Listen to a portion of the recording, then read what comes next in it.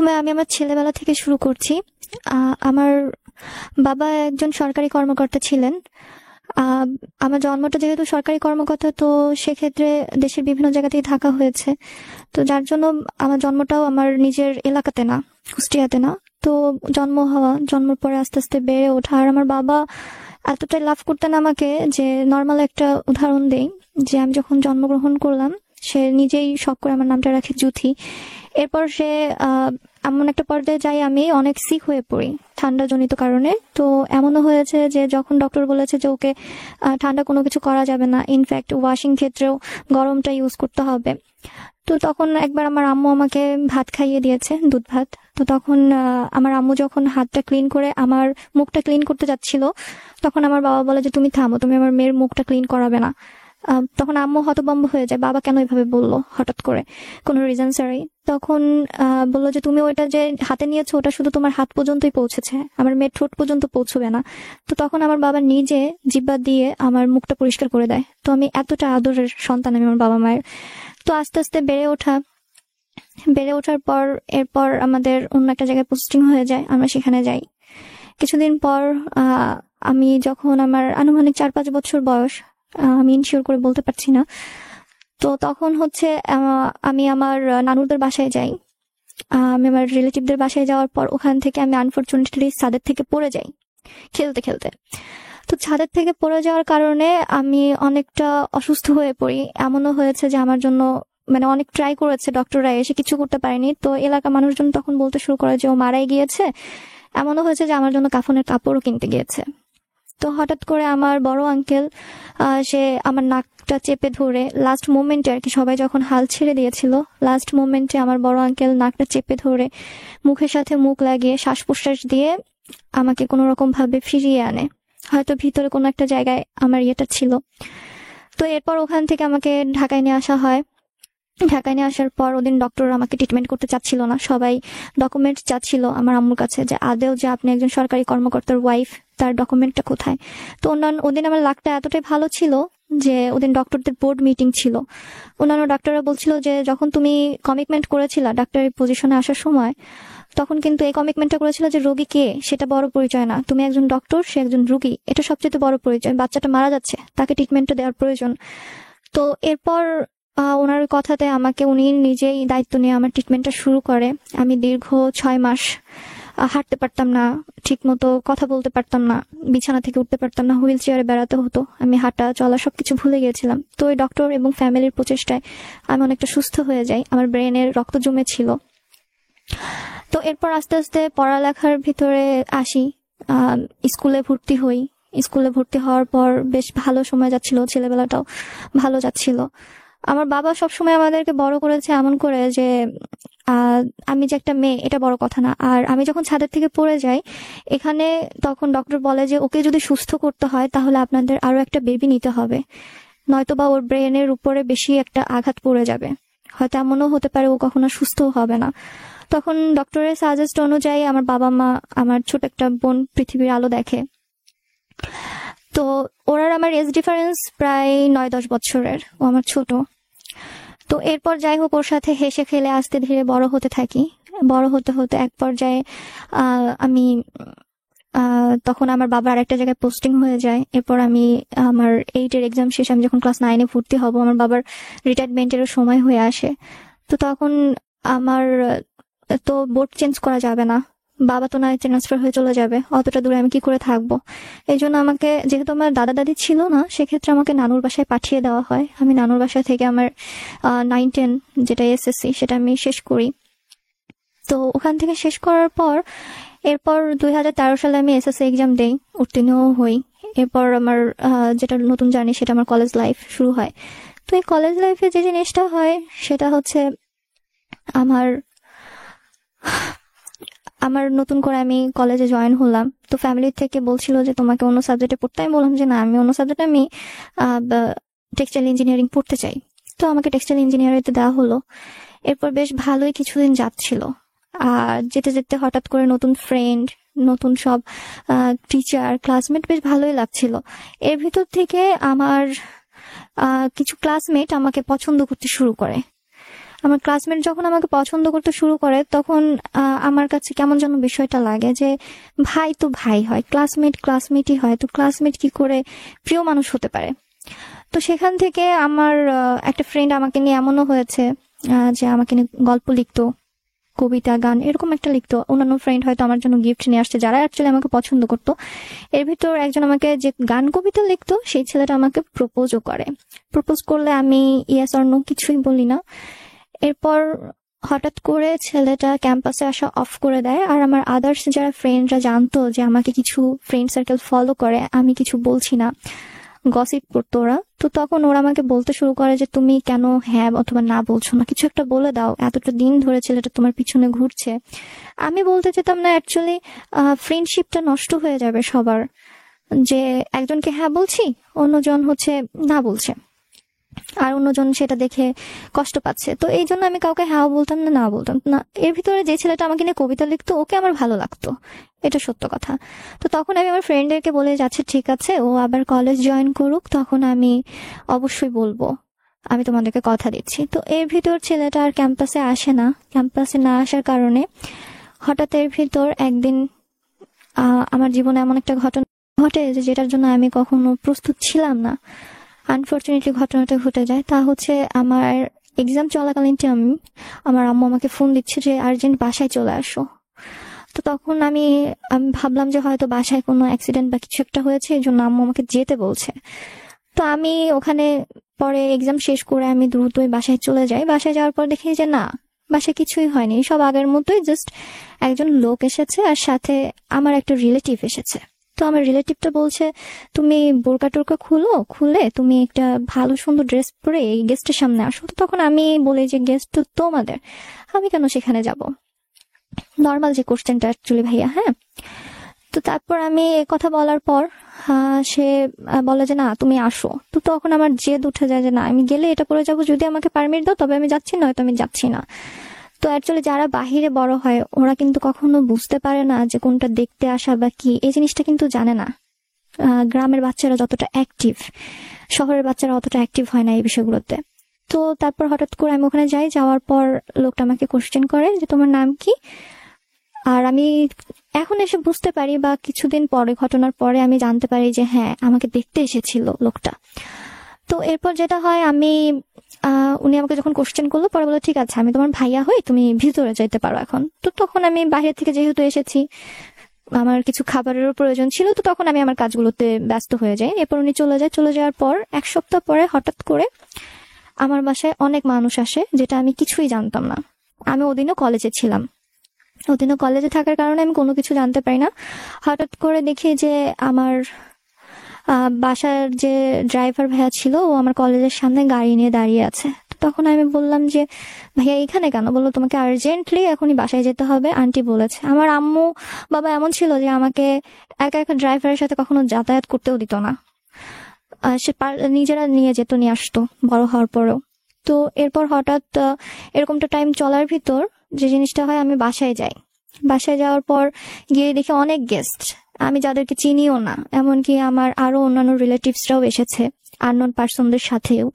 তো তখন আমি বলি যে কি হয়েছে? তো সবাই আমাকে রেডি করাচ্ছিল। তো আমি বলছি রেডি কেন হতে হবে? বললো না রেডি হও, গেস্ট আসছে। তখন আমার মনে হচ্ছিল যে এটা কি কোনো মানে, তখন কেন জানি না আমার ফিল হচ্ছিল যে আমাকে আমার সাথে কিছু একটা হচ্ছে, আমাকে হয়তো দেখতে এসেছে, এবং আমি অনেক কান্নাকাটি শুরু করে দিই যে আমি যাব না। তখন আমি ওইটা গেস করতে পারি যে আমাকে দেখতে এসেছে। এরপর যেটা হয় তা হলো আমি অনেক কান্নাকাটি করতে করতে আমার চোখ টোক ফুলে যায়, একদম লাল হয়ে যায় আমি। এরপর আমাকে আমার আম্মু এসে জাস্ট একটা কথাই বললো যে এমন কিছু করো না যেটাতে আমার এবং তোমার বারবার মান সম্মানটা চলে যায়, সো বি কেয়ারফুল। এরপর যেটা হয় আমি সামনে যাই ওনাদের, আমার আম্মু আমাকে নিয়ে যায়, আমার আদার্স আন্টি যারা ছিল ওরাও আমাকে নিয়ে যায়। নিয়ে যাওয়ার পর ওখানে যাওয়ার পর আমি দেখি অনেক ছেলে মানুষ, কোনো মেয়ে মানুষ আসেনি। তো ওরা আমাকে বিভিন্ন ধরনের কোশ্চেন করতে থাকে। এর ভিতর ভাই আমি ছোট্ট একটা কথা বলতে চাই, এটা স্টপ করিয়ে। আমি বলেছিলাম আমার একটা ছোট বোন আছে, তো ওর বিষয়ে একটু বলি। ও হঠাৎই 2013 সালের পরে অনেকটা সিক হয়ে পড়ে। এতটাই সিক হয়ে পড়ে বাংলাদেশের এমন কোনো ডক্টর নেই যে তাকে দেখানো হয়নি, সবাইকেই দেখিয়েছি। অ্যাপোলো হসপিটালের ডক্টর সেবা খান নামে একজন ডক্টর আসতো পাকিস্তান থেকে, তাকে দেখানো হয়েছে। ইসলামিয়া হসপিটালে দেখানো হয়েছে। রাধেশ্যাম বাবু নিউরোলজিস্ট, অনেক ফেমাস একজন ডক্টর, দ্বিতীয় স্থানে আছে নিউরোলজিস্টের ভিতর, তাকে দেখানো হয়েছে। কিন্তু ওর অ্যাকচুয়ালি যে প্রবলেমটা সেটা কেউ ধরতে পারে না। তো তখন আমার বাবা ফাইন্ড আউট করে যে না, ওকে আর এখানে দেখাবো না, ওকে বাহিরে দেখাবো, যত কষ্টই হোক বাহিরে নিয়ে যাব। তো ওই টাইমটাতে সব প্রসেসিং ডান, ওই টাইমটাতে আমার সাথে এটা হয়। তো দেখতে আসলো, এখন আবার আমি আমার কথায় ফিরে আসছি। তো যখন আমাকে দেখতে আসলো, দেখতে আসার পর আমাকে বিভিন্ন ধরনের কোশ্চেন যেগুলো করে থাকে আর কি মানুষ, যেগুলো আমি ফেস করতে চাচ্ছিলাম না সেই ধরনের কোশ্চেন করতে থাকে, কারণ আমি তো জিনিসটাতে নিতে পারছিলাম না, যেহেতু আমি জানি না। তো সেক্ষেত্রে আমাকে ওরকমটা বলা হলো, বিভিন্ন ধরনের কোশ্চেন টোশ্চেন। এরপর লাস্টে একজন আমাকে বলে বসলো যে তোমার যদি ধরো আজকে বা কিছুদিন পর এখানে বিয়ে হয়, তাহলে কি তোমার মত আছে? আমি কোনো কিছু প্রকাশ করার আগে হঠাৎ করে একজন বলে বসলো আমার রিলেটিভসদের ভিতর থেকেই যে কেন নয়, ওর বাবা মা যেটা বলবে ও সেটাই, ওর মত ওইটাই হবে। আমি কিছু বলার আগে তো ওখান থেকে আমি চলে আসলাম। আসার পর যেটা হয় সেটা হচ্ছে আমি অনেক ছোট ছিলাম, যে লোকটা আমাকে দেখতে এসেছিল, যে ছেলেটা আর কি, তো তার আর আমার এজ ডিফারেন্স ছিল প্রায় 16 বছরের। আমি ছোট ছিলাম তার থেকে অনেক। তো ওদিনকে ওরা আরো একটা মেয়েকে দেখবে, আর আমি যেহেতু ছোট এই জন্য আমাকে আগে দেখতে এসেছে, আমাকে না বলে দিবে, আর ওই মেয়েটা যেহেতু তার এজের সাথে ম্যাচ করে তাকে হ্যাঁ বলবে। এটা আমি জেনেছিলাম অনেক পরে। আসছি সেই ঘটনাতে, আগে এটা শেষ করিনি। তো এরপর যেটা হয় সেটা হলো ওই ছেলেটা হঠাৎ করে ওর ফ্যামিলির সাথে বার্গেনিং করে যে বিয়ে করলে আমি আজকেই করব, নয়তো আমি বিয়ে কখনোই করব না, এরকম বলে। পরে ছেলের ফ্যামিলি আমার সাথে বিয়ে দেবে না, আর এদিকে আমি নিজেও চাচ্ছিলাম যে আমার বিয়েটা যেন না হয়। আমি তো রুমে এসে কান্নাকাটি করছি, এগুলো যে হচ্ছে বাহিরে আমি কিছুই জানি না, আমি সবকিছু পরে জেনেছি।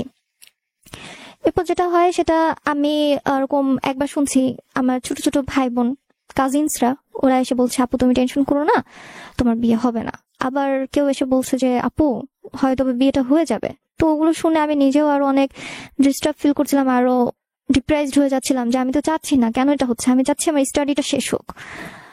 আর এদিকে ওই ছেলেটার সাথেও আমি যোগাযোগ করতে পারছিলাম না, যে ছেলেটা আমাকে প্রপোজ করেছিল, আমাকে নিয়ে কবিতা লিখতো, আমি তাকে জানাতেও পারছিলাম না। তার সাথে কন্ট্যাক্ট করার অনেক ট্রাই করেছি, তার যে নাম্বারগুলো ছিল সব আমি সুইচ অফ পেতে থাকি, যার জন্য আমার মানে আমি কোন দিকে যাব এটা আমি বুঝে উঠতে পারছিলাম না। তো যাই হোক, আমি তারপর আমার আম্মু এবং আমার আদার্স যারা আন্টিরা আছে এরা আসলো, এসে আমাকে বললো যে দেখো আম্মু, যেটাই হয় ভালোর জন্য হয়, তোমার বোনটা এরকম অসুস্থ, তো প্লিজ তুমি যদি তোমার এখানে বিয়ে দিই তুমি না বলো না, তোমার বাবা আমার মান সম্মানটা নষ্ট করো না। তো এর ভিতরে যেটা হয়, ছেলে যখন ছেলের ফ্যামিলির সাথে একটা বার্গেনিং সৃষ্টি করে, ছেলের ফ্যামিলির সবাই উঠে চলে যায়, আমাদের বাসা থেকে উঠে চলে যায়। ছেলেটা একা একা আমাদের বাসায় বসে থাকে, সে আমাকে বিয়ে না করে কোনো মতেই যাবে না।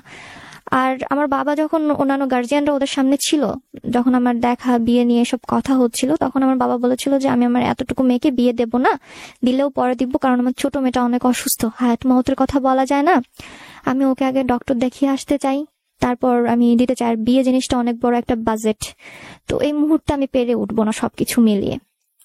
তো এরপর যেটা হয় সেটা হচ্ছে আমার ওরা বলে যে আমার মানে ওই ছেলেটা বলে যে আমি এসব কিছুই চাই না, আমার কোনো কিছু লাগবে না, আমি জাস্ট ওকেই চাই।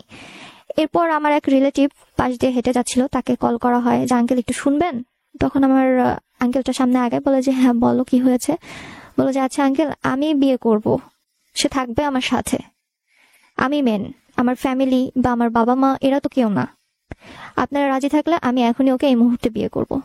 তো ওর এমন কথা বলা দেখে এতটাই মানে সে নরম হয়ে যায়, সে বলে যে আচ্ছা ঠিক আছে, ওর বাবা মা যদি নাও দেয় তাহলে আমি নিজে দায়িত্ব নিয়ে বিয়ে দেবো। আর এখানে ছেলেটার একটু পরিচয় দেই, ছেলেটার নাম হচ্ছে ধ্রুব।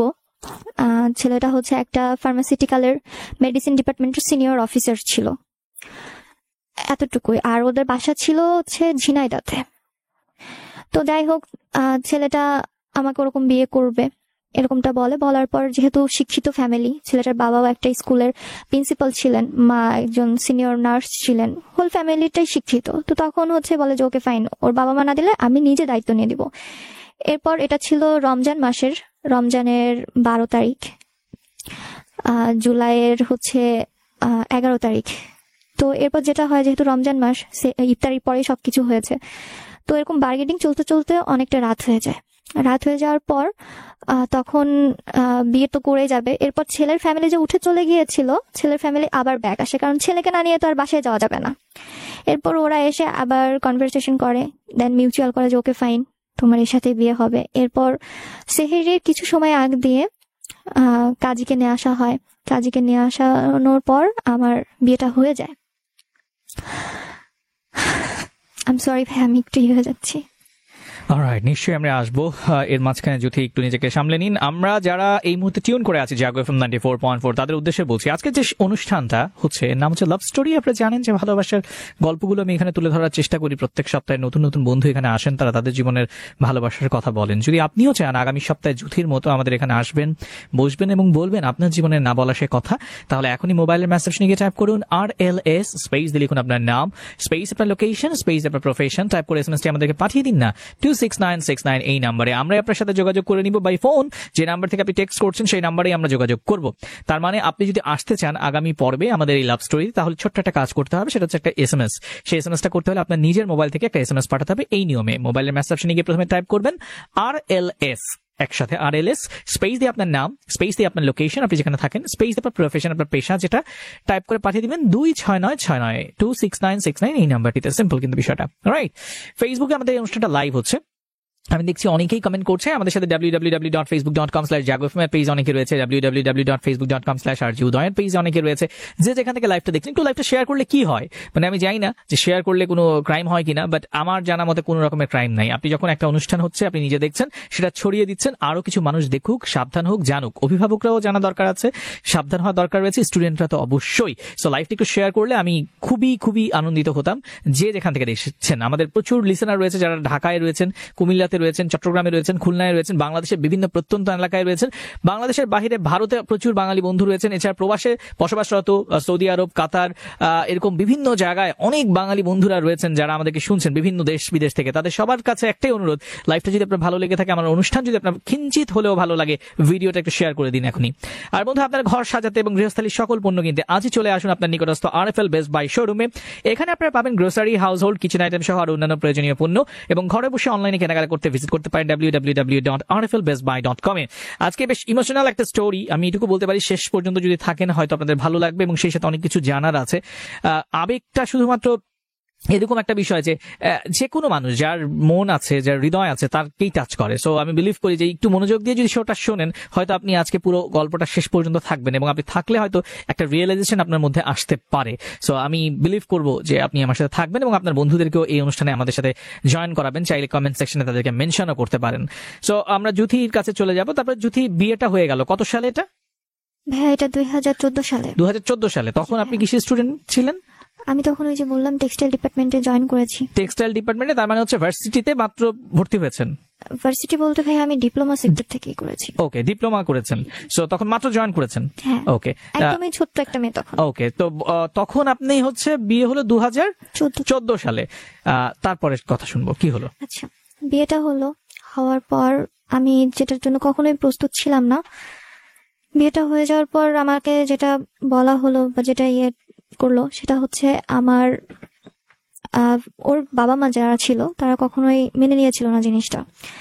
এরপর বিয়ে করার পর তারা চলে আসে, আর আমার বাবা আমার বিয়ের আগে ছেলেটাকে বারংবারই জিজ্ঞাসা করেছিল যে, বা তার ফ্যামিলি যারা ছিল তাদেরকে জিজ্ঞাসা করেছিল তোমাদের কিছু চাওয়া পাওয়ার কোনো কিছু আছে নাকি?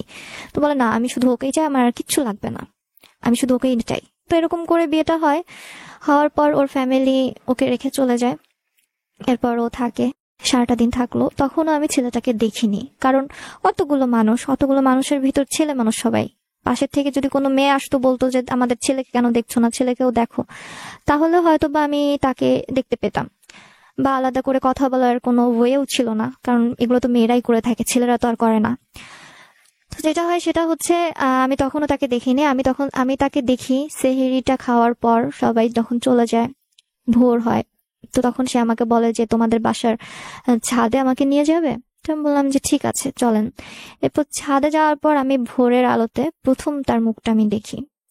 তো দেখার পর আমি জাস্ট এতটুকুই আমার খারাপ লাগছিল যে হয়তো যদি আমি ন্যানো সেকেন্ড আগেও আমি তাকে দেখতাম আমার বিয়ের, আমি কখনোই তাকে বিয়ে করতাম না। আর ওই ছেলেটার সাথে যে ছেলেটা আমাকে প্রপোজ করেছিল, ওই ছেলেটার সাথে যদি আমি কন্ট্যাক্ট করতে পারতাম, তাহলে হয়তো আজকে আমার বিয়েটাও হতো না। তো আনফরচুনেটলি আমার কপালটা হয়তো খারাপ ছিল, আমি যার জন্য যোগাযোগটুকু করতে পারিনি।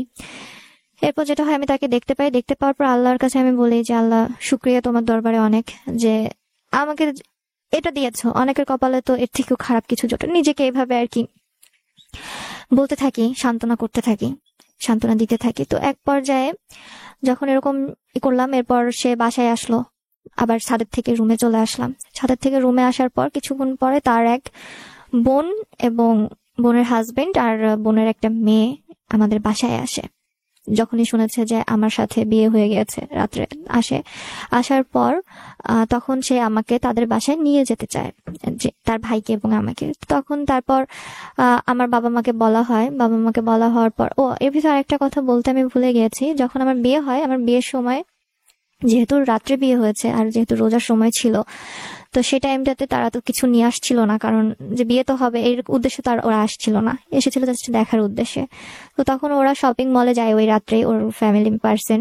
তো শপিং মলে গিয়ে কেয়ারটেকার, তারপর পুলিশ যারা থাকে, ওদেরকে কিছু দেওয়ার পর ওখান থেকে একটা তাঁতের শাড়ি আর একটা নাকফুল নিয়ে আসে আমার, ওটা পরিয়ে আমার বিয়েটা হয় আর কি।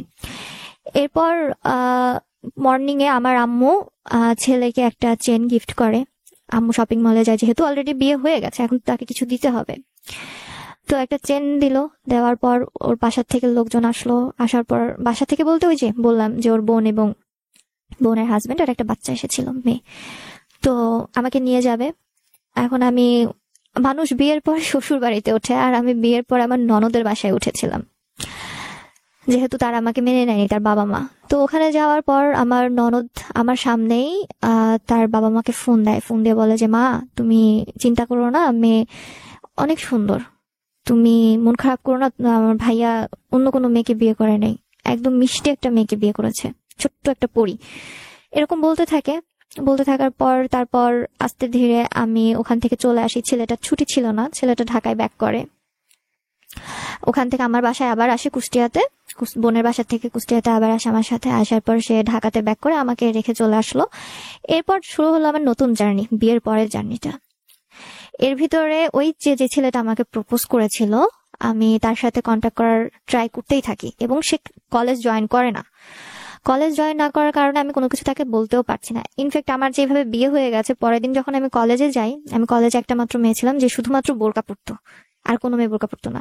চোখ ছাড়া আর পায়ের কিছু অংশ, হাতের কিছু অংশ ছাড়া কিছু দেখা যেত না, এরকম একটা মেয়ে ছিলাম। টিচাররা শুরু করে গেটম্যান, পিয়ন, আয়া যারা ছিল সবাই আমাকে অনেক ভালোবাসতো। তো তারপর কেউই বিলিভ করে না যে গত রাত্রে এরকম আমার সাথে বিয়ে হয়ে গেছে। এরপর ছেলেটা তো ঢাকায় চলে আসলো। আসার পর আমি আবার কলেজ জয়েন করি। এরপর ছেলেটা প্রায় 1-1.5 মাস পর কলেজে আসে। আসার পর আমি তাকে বলি যে, আমাকে দেখে আমার মুখের দিকে তাকাই থাকে। তারপর আমি বলি যে আমার বিয়ে হয়ে গেছে। তো তখন সে বিলিভ করে না। বিলিভ না করার কারণে সে আদার্স আমার যারা ক্লাসমেট এবং আমার টিচার, ওদের কাছেও জিজ্ঞাসা করে যে স্যার এটা কি সত্য, ওর বিয়ে হয়ে গেছে? ও এতটাই আমাকে ফলো করতো আর এতটাই পছন্দ করতো যে কলেজের মোটামুটি সবাই জানতো যে ও আমাকে পছন্দ করে বা আমাদের ভিতর কিছু একটা আছে। আমি তো তখনও অপেক্ষা করছিলাম যে আমি তাকে কিছু বলবো, হ্যাঁ অথবা না, যেটা আমি চাচ্ছিলাম। আর আমি চাচ্ছিলাম হ্যাঁটাই বলতে, নাটা কখনোই না, কারণ যেহেতু আমিও তাকে পছন্দ করতাম। তো তারপর যেটা হয় সেটা, ও এটাতে অনেক শকড হয়ে যায়। ও আর এটা মেন্টালি ভাবে নিতে পারে না। ও অনেক ভালো একজন স্টুডেন্ট ছিল, এতটাই শকড হয় যে ও পড়ালেখা থেকে অনেকটা দূরে চলে যায়, রেজাল্ট খারাপ করতে থাকে। এরপর আমি আমার কাছে আমার গল্পে চলে আসি। যেটা হয় সেটা হলো, আমি কলেজে যখন যেতাম তখন সে আমাকে বলতো যে তুমি কোথায় যাচ্ছ? তো আমি বললাম কলেজে যাচ্ছি। গাড়ি নিয়ে যাচ্ছ? তো বলতাম না, আমি গাড়ি নিয়ে যাচ্ছি না, আমি রিক্সা বা কোনো কিছু নিয়ে নিব। তো হয়তো রিক্সায় উঠবো বা কোনো একটা অটো বা কিছু এরকম একটা নিব। তো ওই মুহূর্তেও হয়তো দেখা যেত যে আমাকে ফোন দিয়ে বলতো কি করছো? তো আমি বলতাম যে এই তো আমি রিক্সায় বা অটোতে আছি। তখন সে আমাকে রিক্সায় থাকলে বলতো যে তোমার যে রিক্সায় উঠছো রিক্সাওয়ালার এজ কেমন? আমি তখন অবাক হয়ে বলতাম যে মানে? পরে বললো না, যে রিক্সায় উঠছো রিক্সার এজ কেমন, রিক্সাওয়ালা লোকটার এজটা কেমন? তারপর এরকমটা বলার পর আমি অনেকটা নিজেকে সান্ত্বনা দিতাম যে হয়তো আমার সাথে অতটা মেশেনি, জাস্ট কয়েক ঘন্টাই তো আমাকে দেখেছে।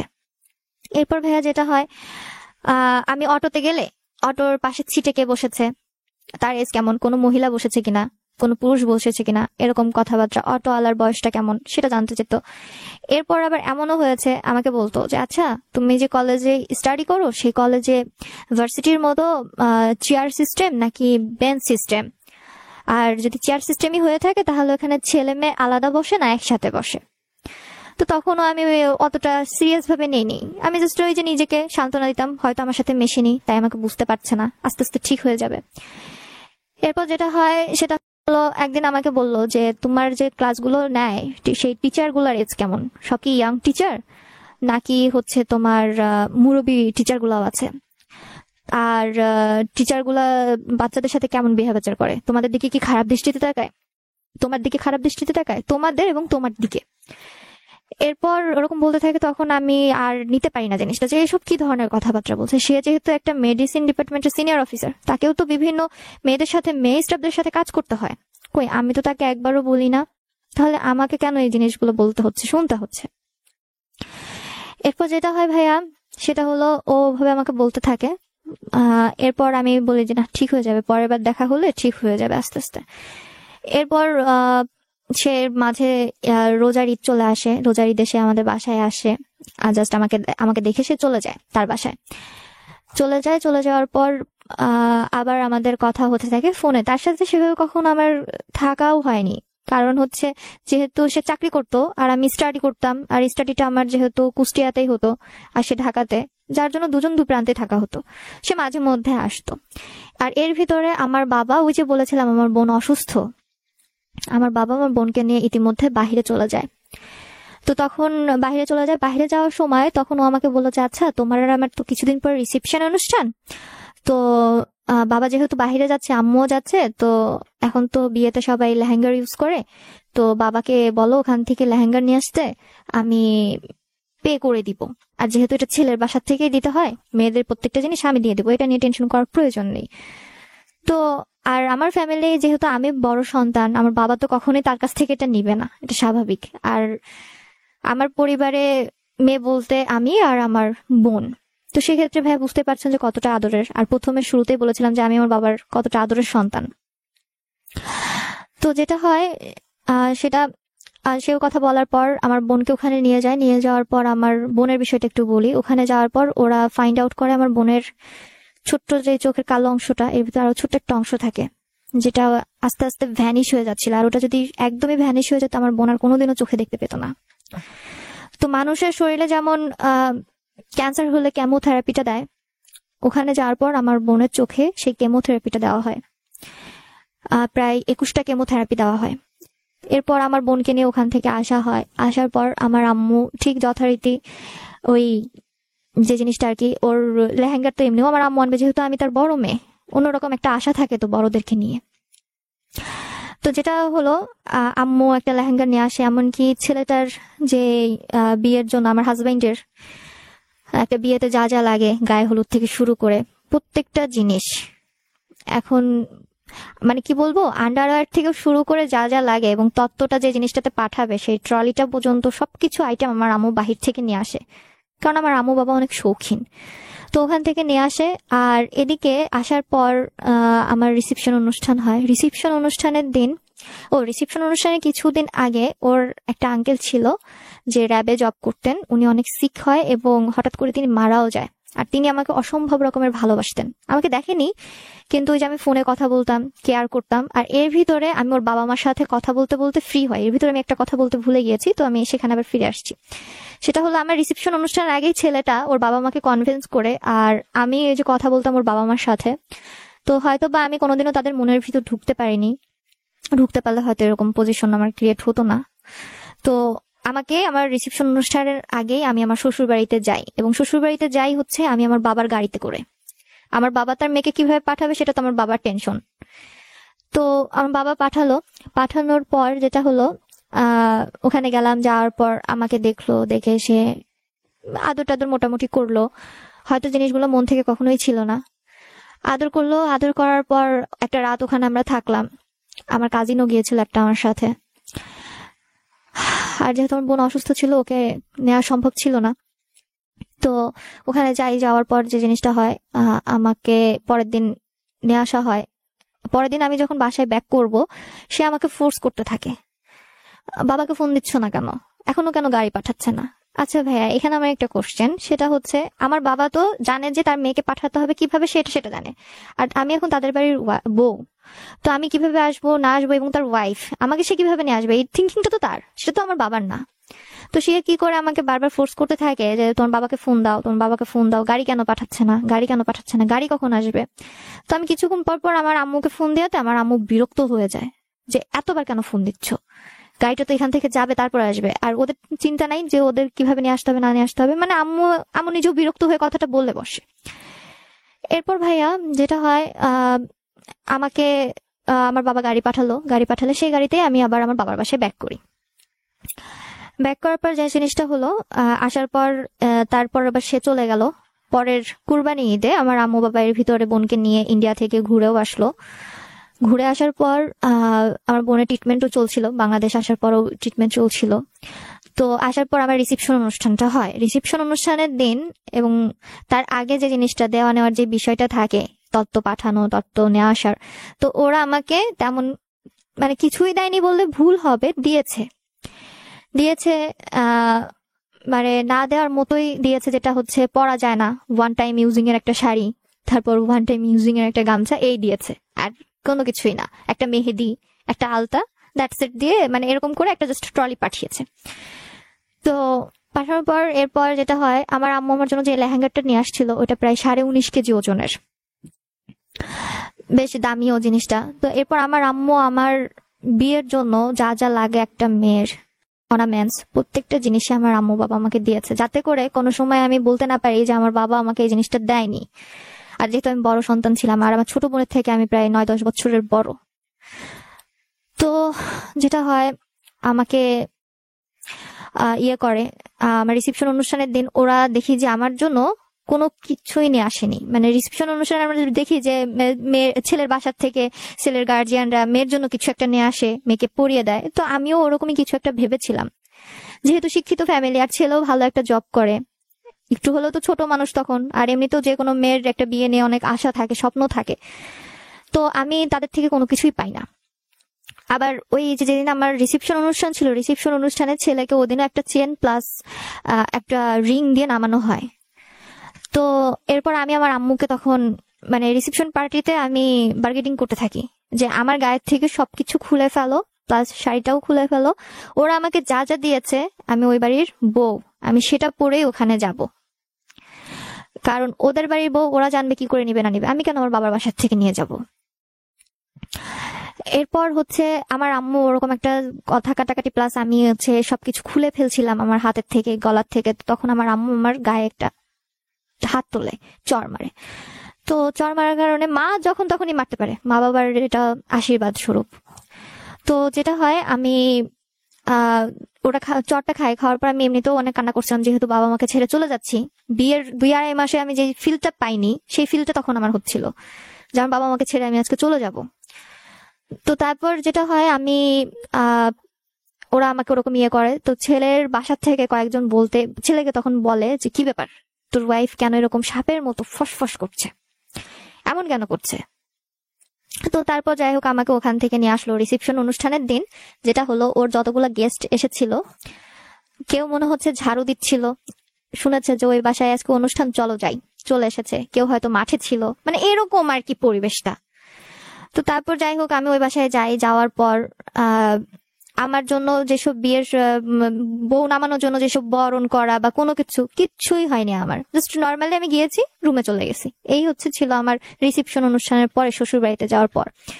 এরপর যেটা শুরু হলো নতুন আরেকটা অধ্যায়, সেটা হলো আমি আবার যেহেতু ওই যে বাবার বাড়িতে তো আবার আসতে হয়, শ্বশুর বাড়ি থেকে আসলাম, আসার পর সে আবার ঢাকায় চলে গেল। এর কিছুদিন পরে সে ঢাকায় একটা অ্যাপার্টমেন্ট নিল। অ্যাপার্টমেন্ট নেওয়ার পর আমার বাবা আম্মুকে বললো যে আমি ওকে এখানে নিয়ে আসতে চাই, আপনারা কি বলেন, দরকার হয়ে পড়ালেখা করলে করবে, কোনো সমস্যা নেই, যে জাস্ট এক্সাম দিবে, আর যদি তেমন হয় তো আমি ওকে এখানে কলেজ আছে, সেই কলেজ ওকে আমি ট্রান্সফার করে নিয়ে আসবো, ও এখান থেকে কলেজ করবে। তো তারপর ওরকম কথাবার্তা বলে বাসাটা নিল। বাসা নেওয়ার পর আমাকে ওখানে নিয়ে যাবে। তো এখন আমাকে নিয়ে যাবে, এটা তো দায়ভার তো আর আমার বাবা বা আম্মুর না, এটা আমি যাব আমার শ্বশুরের সাথে, নয়তো আমার দেবরের সাথে, বা আমার ননদের হাজবেন্ডের সাথে, ননদের সাথে করে। কিন্তু এখানে তার ব্যতিক্রমটা ঘটে। ব্যতিক্রমটা এটাই ঘটে যে আহ আমার বাবা মা আমাকে দিতে যাবে, তার বাবা মা আসবে না, তার ভাইও আসবে না, কেউ না। আর এখানে ছেলের পরিবারের একটা কথা বলি, ছেলেরা ছিল 2 ভাই আর 6 বোন, প্রত্যেকেই ম্যারিড। ভাইটা ছিল আনম্যারিড, আর সে ছিল বড় সন্তান, সে তো ওই যে আমাকে বিয়ে করলোই। এরপর যেটা হয়, আমাকে পরে আমার বাবা মা বাধ্য হয়ে আমাকে বাসায় দিতে, ঢাকাতে নিয়ে আসে। আর সে বলেছিল যখন তুমি বাসায় আসবে তো আসার সময় তুমি পর্দা নিয়ে আসবে। আনফরচুনেটলি আমার আম্মু সেটা ভুলে যায়। আমার আম্মু একটা সংসারে যা যা প্রয়োজন পড়ে, ওয়াশরুমে স্যান্ডেল থেকে শুরু করে যা যা প্রয়োজন প্রত্যেকটা জিনিস আমার আম্মু আমাকে দিয়ে দেয়, আমাকে ওগুলো সাথে করে আমাকে নিয়ে ঢাকায় আসে। আসার পর সে আমার আম্মুর সামনে, রুমে ঢোকার পর পরেই সে আমার আম্মুর সামনেই হঠাৎ করে আমাকে বলে বসে, তোমাকে না পর্দা আনতে বলছিলাম, পর্দা কোথায়? তো তখন আমার অনেক খারাপ লাগে। সে পার্সোনালি আমাকে বলতে পারতো কথাটা, তো তখন সে আমাকে বলেনি, আমার মাকে শোনালো।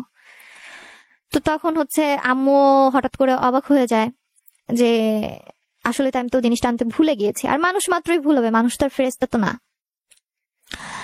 তো এরপর আম্মু পরে আপাতত ওদিনকে রাতটা থাকার জন্য কোনো রকম ভাবে ম্যানেজ করার পর আম্মু আবার মার্কেটে যায়, নতুন করে পর্দা নিয়ে আসে। এরপর যেটা হলো, ভাইয়া আম্মু আমাকে দিয়ে আসলো, আম্মু বাবা দুজনই আমাকে দিয়ে আসার পরে তার সাথে আমার কিছুদিন পরে হঠাৎ করে সে আমার সাথে, তার আসল যে চেহারাটা সেটা আমি আস্তে আস্তে দেখতে পাই। তা হলো আমাকে পড়তে দিত না। এরপর আমার সাথে বিনা কারণে অকারণে সিম্পল বিষয়গুলো নিয়ে কথা কাটাকাটি করতো, গায়ে হাত তুলতে যেত। ফার্স্টে গায়ে হাত তুলতে যেত, হাত দিত না। এরপর যেটা হয় সেটা হচ্ছে আমাকে টর্চার করতে থাকে, মেন্টালি ফিজিক্যালি সবভাবে টর্চার করতে থাকে। একদিন আমি অনেক অসুস্থ হয়ে পড়ি। তো অসুস্থ হয়ে পড়লে আমি বলি যে দেখো আমার এই প্রবলেমটা হলে আমার হচ্ছে তখনই একটা ইনজেকশন পুশ করতে হয়, প্লাস একটা স্যালাইন পুশ করতে হয়, তারপর আস্তে আস্তে আমি ঠিক হয়ে যাই। আমাকে তোমাকে রিকোয়েস্ট করছি তুমি আমাকে প্লিজ ডক্টরের কাছে নিয়ে চলো। আর যেহেতু একটা মেডিসিন ডিপার্টমেন্টের হেড ছিল, তো ওর জন্য ওদের যে হসপিটালটা ছিল সেটা একদমই ফ্রি ছিল। তো আমাকে হসপিটালে নেয় না। হসপিটালে না নেওয়ার জন্য আমি তাকে অনেক রিকোয়েস্ট করতে থাকি। পরে লাস্টে আমি বাধ্য হয়ে আমি আমার আম্মুকে তো ডিরেক্টলি বলতে পারবো না, আমি আমার নানুকে ফোন দিয়ে বলি যে আমি এরকম অসুস্থ, কষ্ট পাচ্ছি, আমাকে তো হসপিটালে নিচ্ছে না, আমি এখন কি করব? রাত তখন প্রায় 1টা বাজে। তখন আমি এরকম ফোন দিলাম। আমার বাবা যখন ফোন দিয়েছে, ফোনটা দেখে সে তখন বলতেছে যে ওঠো চলো। এরপর আমি এতটা অসুস্থ মানুষ যে আমি হাঁটতে পারছি না, তবুও সে আমাকে নিয়ে গেল এবং সে আমাকে ডক্টর দেখালো তাদের হসপিটালে। ডক্টর দেখানোর পর এরপর এমার্জেন্সিতে তো অলওয়েজই প্রত্যেকটা মেডিসিন পাওয়া যায়। সে ওখান থেকে মেডিসিন না নিয়ে সে বাহিরে এসে রিক্সা দিয়ে ঘুরে বলছে দেখছো প্রত্যেকটা সব অফ, চল। আর হসপিটালে ডক্টররা আমাকে রাখতে চাইলো, আমার কন্ডিশন এতটা সিরিয়াস ছিল, সে রাখবে না, আমাকে বাসায় নিয়ে আসলো। ওদিন রাতটা কোনো রকম পার হলো। পার হওয়ার পর কিছুদিন পর সে ওই যে বললাম কারণে অকারণে আমার গায়ে হাত তোলার ট্রাই করতো। তো একদিন আমার গায়ে হাত তুলেই বসলো। তো ওই দিন গায়ে হাত তোলার কারণ এটাই ছিল যে আমাকে পড়তে দিবে না আর আমি পড়বো। সে আমার বইগুলো নিয়ে ছুঁড়ে ফেলে দিয়েছে। তখন আমার রাগ উঠছে যে আমাকে যা বলার বলুক, কেন বইয়ের সাথে, বিদ্যার সাথে এই ধরনের ব্যবহার করবে? আমার খুব খারাপ লাগে। তো তখন খারাপ লাগার কারণে সে ওভাবে বইগুলো ছুঁড়ে ফেলে দেয়। ছুঁড়ে ফেলে দেওয়ার পর এরপর আমি যখন ওটা নিয়ে ওনার কাছে বইটা নিয়ে আসার পর বলে তুমি এটাকে সালাম করো। সে আমাকে ধাক্কা দিয়ে ফেলে দেয়। ধাক্কা দিয়ে ফেলে দিয়ে বলে যে আমি সালাম করতে পারবো না, এত পড়ালেখা করে কি হবে, মেয়ে মানুষ পড়ালেখা কেন করতে হবে? তো বলছে এটা তুমি কি বলো, তুমি না আমার বাবাকে কথা দিচ্ছ যে আমাকে স্টাডি করাবা, তাহলে এসব তুমি কি বলছো? তো এরকম কথা কাটাকাটির এক পর্যায়ে সে আমার গায়ে হাত তুলে, প্লাস এমনও হয় সে রুমের মধ্যে আমার বই খাতা, আমার কাপড় চুপড়, ইনফ্যাক্ট আমাকেও সবকিছু দিয়ে সে আমার গায়ে আগুন ধরায় দেয় ক্রাশিং তেল ঢেলে।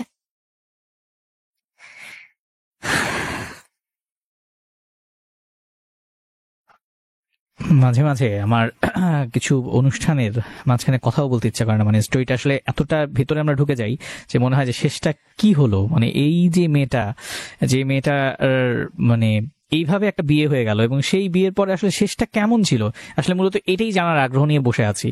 তো এই মাঝখানে ওকে আমি এই জন্য কোনো থামাচ্ছিও না যে ও বলুক যা যা বলার আছে, কারণ এই কথাগুলো কিন্তু একটা মানুষের অনেক দিনের জমানো কথা, না বলা সেই কথাগুলোই সে এখানে বলছে।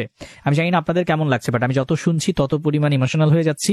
তো যারা এই মুহূর্তে রয়েছেন তাদের উদ্দেশ্যে বলবো যে আপনার কাছে আপনার এই অনুষ্ঠান নিয়ে কোনো মতামত থাকলে আমাদেরকে লিখতে পারেন, যে এফএম স্পেস নাম দিয়ে মনের কথাগুলো 26969 পাঠাতে পারেন এসএমএসটি। এছাড়া নেক্সট এপিসোডে যদি আপনি আসতে চান, আমাদের আজকের অতিথি হচ্ছে জুথির জায়গায় যদি আপনি বসতে চান, আপনি বলতে চান আপনার সেই না বলা ভালোবাসার কথা, তাহলে মোবাইলের মেসেজে গিয়ে টাইপ করে ফেলুন RLS স্পেস দিয়ে লিখুন আপনার নাম, স্পেস আপনার লোকেশন, স্পেস আপনার প্রফেশনটা টাইপ করতে হবে, এবার এসএমএসটা পাঠাতে হবে 26969 নাম্বারে। আমি আবারও বলছি, প্রথমত RLS স্পেস দিয়ে নিজের নাম, নিজের লোকেশন, নিজের প্রফেশন টাইপ করবেন, এরপর এসএমএসটি পাঠাতে হবে 26969 এই নাম্বারটিতে।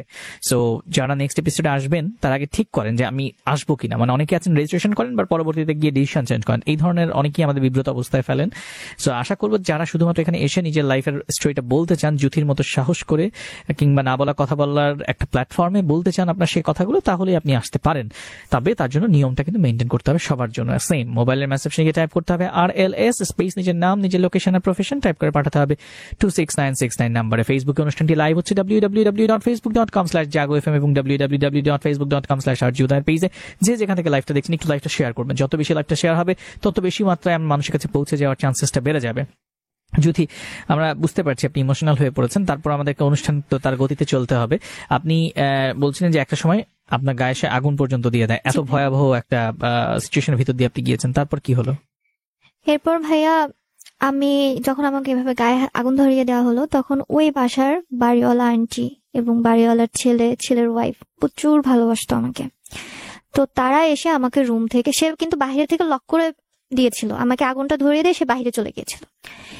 এরপর আমার হয়তো উপরওয়ালা চেয়েছিল যে আমার গায়ে আগুনটা না লাগুক, জাস্ট আমার কাপড়ের কিছু অংশে লাগে, কিন্তু আমার গায়ে আর আসতে পারে না আগুনটা। এরপর ওখানে ওই বাড়িওয়ালা আন্টি, তারপর ওই ভাইয়ারা, ওরা আসলো, আসার পর বলে যে মেয়েটার সাথে যদি আর খারাপ কিছু করো তাহলে এই রাত্রে পুলিশ নিয়ে আসবো। আর এই কাহিনীটা ছিল ইভিনিং আওয়ারে। তো পরে বলছে যে যদি তুমি এরকম করতে থাকো তাহলে কিন্তু এখনই পুলিশ কল করবো, পুলিশ এসে তোমাকে নিয়ে যাবে, তুমি কে বা কি সেটা দেখবো না, তুমি মেয়েটার সাথে আর কোনো টর্চারিং করবে না। তো এরপর ওই রাতটা আমি ওই বাড়িওয়ালা আন্টির রুমে থাকি, আমি ওই আমার হাজবেন্ডের সাথে থাকি না। তো এরপর যেটা হলো, আমি আমার বাসায় জানাইলাম, বাসায় জানানোর পর আমাকে বাসা থেকে আমার ভাইয়া, যেহেতু আম্মু বাবার আসা সম্ভব ছিল না, আর আমার ছোট্ট বোনটা অসুস্থ, তো এইভাবে তো আর কিছুদিন পর পর আর আসা যায় না। তো আমার ঢাকাতে আমার কাজিন থাকতো, আমার কাজিনের ফ্রেন্ডরা, ওরা সবাই বললো যে তুমি টেনশন করো না, আমরা আসছি, টেনশন করার প্রয়োজন নেই, তুমি রেডি হয়ে বসে থাকো। তো তখন আমার একটা ভয় হচ্ছিল যে সে যদি আবার আমাকে অ্যাটাক করে, আমার গায়ে হাত তুলে, তখন কি হবে। তো পরে এক পর্যায়ে ভাইয়াও যখন আসলো, সেও তখন অফিস থেকে আসলো পরের দিন আর কি। হ্যাঁ, তো আসলো, আসার পর আমার ভাইয়া যখন আমার ট্রলি গাড়িতে উঠছিল, তখন সে ভাইয়ার হাতের থেকে নিয়ে সে ট্রলি গাড়িতে উঠিয়ে দিচ্ছে। সে এটা একটাবারের জন্য বললো না যে ভাইয়া ওকে নিয়ে যায় না, জুথি আমার কাছে থাক, আমি একটা ভুল করে ফেলেছি রাগের বশত, প্লিজ ভাইয়া ওকে নিয়ে যায় না। ও একটাবারের জন্য বাধা দিল না, আমাকে নিয়ে আসলো বাসায়। নিয়ে আসার পর তার সাথে আমার কোনো কন্ট্যাক্ট নেই, কিছু নেই। 1 মাস 2 মাস, একটা দুইটা দিন করতে করতে 1 মাস 2 মাস 3 মাস 4 মাস এরকম অনেকটা দিন হয়ে গেল। এরপর হঠাৎ করে একদিন সে আমার ফ্যামিলি পার্সনের সাথে কন্ট্যাক্ট করে আমার বাসায় আসতে চাইলো, আমি জানি না, আমাকে না জানিয়ে। এর ভিতর আমার বাবা, এইসব ঘটনার পর আমার বাবা তখনই বলছে যে আমি আমার মেয়েকে ওখানে দিব না, আর যদি দিতেও হয় তাহলে আমি স্ট্যাম্পসে সিগনেচার করাবো, স্ট্যাম্প পেপারে সিগনেচার করানোর পর আমি ওকে দিব, আর আমি তো দিতেই চাচ্ছি না। এরপর তখন আশেপাশের কিছু মানুষ বলতে থাকলো যে তুমি মেয়েকে দাও কি না দাও সেটা পরের কথা, তোমার মেয়ে কি চায়, যেহেতু ওকে বিয়ে দিয়েছো, এখন ওর পার্সোনাল মতামত দেওয়ার একটা জায়গার প্রয়োজন আছে। তো তখন আমার কাছে আমার বাবা জিজ্ঞাসা করলো যে বাবা তুমি কি চাচ্ছ। তখন আমি বাবাকে বললাম যে বাবা, মানুষ মাত্রই ভুল করে, আমার মনে হয় হয়তো কোনো কারণে সে প্রবলেমে ছিল, যার জন্য সেই প্রবলেমটা সহ্য করতে না পেরে আমার সাথে এরকম একটা কাজ করে ফেলছে। তো প্লিজ ভাইয়া ওকে একটা প্লিজ বাবা ওকে একটা সুযোগ দাও। তো এটা বলার পর বাবা বললো যে ঠিক আছে। এরপর সে আসলো, আসার পর আমাকে সবার কাছে সরি বললো, ক্ষমা চাইলো, সবকিছু করে সে আমাকে নিয়ে আবার ঢাকায় আসলো। আসার কিছুদিন পর তখন আমি, যেহেতু আমি মানে কোনো কিছু ইউজ করতাম না, মানে আমার বিবাহিত মেয়েরা যেমন চুড়ি পরে, কানে বা কানে তারপর নাকে সব পরে, আমি আর এগুলো কিছু ভালো লাগতো না, তো আমি পড়তাম না। তো তখন আমি তাকে বলি যে আচ্ছা দেখো, আমি তো কিছু ইউজ করি না, তো তোমাকে তো যে রিসেপশন অনুষ্ঠানের দিন একটা রিং দিয়েছিল, তো ওই রিংটা তুমি আমাকে দাও, ওটা আমি পরি, তাহলে একটা বিবাহিত যে সেই জিনিসটা থাকবে। তো তখন সে আমাকে বলে যে হ্যাঁ ওই জিনিসটা দিব, সমস্যা নাই, আছে। আর এখানে একটা জিনিস ভাইয়া, সেটা হচ্ছে আমি বিয়ের পরে একটা ছেলে কত টাকা বেতন পায়, কোথায় কি আছে না আছে, ওয়াইফ হিসেবে বাবা মার পরে কিন্তু একজন ওয়াইফই জানে। আমি যতটা দিন ওর সাথে ছিলাম, আমি একটা দিনের জন্য আমি জানিনি যে ও কত টাকা স্যালারি পায়, ওর কোথাও কোনো কিছু আছে কি না আছে। আমি এগুলো জানতে চাইতাম। সে আমাকে কি বলতো, একটা কথাই বলতো, জানতে হবে না। আর আমার কথা আমার জানতে হবে, কারণ আজ যদি ওর একটা অ্যাক্সিডেন্ট হয়ে যায়, তখন তো মানুষ আমাকে সে জিজ্ঞাসা করবে, ওর বাবা মাকে তো জিজ্ঞাসা করবে না যে তুমি ওর ওয়াইফ, তুমিই তো জানো, কে জানবে। তো সে আমাকে কোনো কিছু বলতো না। আর তার রুমে একটা জিনিস, একটা ছোট্ট, ওই যে এগুলাকে কি বলে, টিনের বক্স মতো হয়, ছোট্ট টাইপের, এই ব্যাচেলার লাইফে ছেলেরা যেটা রাখে আর কি, ওরকম একটা বক্স ছিল। তো ওই বক্সটার চাবি সে কখনো আমাকে দিত না, কখনোই না। তো আমি বলি যে আমি বক্সটা কি আছে আমি দেখবো, চাবিটা আমাকে দাও। তো একদিন এটা নিয়ে ওর সাথে বার্গেনিং হয়ে যায়, ও আবার আমার গায়ে হাত তোলে। তো ওদিনকে আমি আর বাবা আমাকে কিছু বলি না, গায়ে হাত তুলো। তারপর ওই যে রিংটা চাইলাম, ও আমাকে রিংটা দিল না, বললো যে পরে নিও, ওই বক্সটার ভিতরে আছে, পরে নিও। তো এরকম যাচ্ছে। আর আমি এমন একটা মেয়ে ছিলাম যে এক গ্লাস পানিও ঢেলে খেতে পারতাম না। আমি সে মানুষের রান্নাও শিখেছি। তো একা একাই রান্না শিখেছি, কখনো আম্মুকে ফোন দিয়ে বলিনি যে আম্মু এই আইটেমটা কিভাবে করতে হবে, এই আইটেমটা কিভাবে করতে হয় আমাকে বলো। তো যাই হোক, আমি রান্না বান্না করতাম, সে বলতো, বা আশেপাশে মানুষকে যখন দিতাম সবাই বলতো যে তুমি রান্না জানো না, তারপর এত সুন্দর রান্না। তো এরপর যেটা হলো, সে আমাকে একদিন ওরকম আবার রিং চাইলাম, তো সে রিং এর একটা হিস্টোরি আমাকে শোনালো যে দেখো অ্যাকচুয়ালি রিংটা আমি তোমাকে দিচ্ছি না, রিংটা আমি হারিয়ে ফেলেছি। তো আমি বললাম রিং হারিয়ে ফেলছো মানে কি? পরে বলতেছে রিংটা আসলে হারিয়ে গেছে, আমি আমার অফিসে থাকাকালীন সময়ে ওয়াশরুমে গিয়েছিলাম, তো আমি যখন হ্যান্ড ক্লিন করছিলাম তো আমার রিংটা ঢিলা হতো, তো সেই জন্য আমি রিংটা বেসিং এর সাইডে খুলে রেখে যখন হ্যান্ড ওয়াশ করছিলাম, এরপর চলে এসেছি, কিন্তু আমি আর পরে ওয়াশরুমে যাইনি।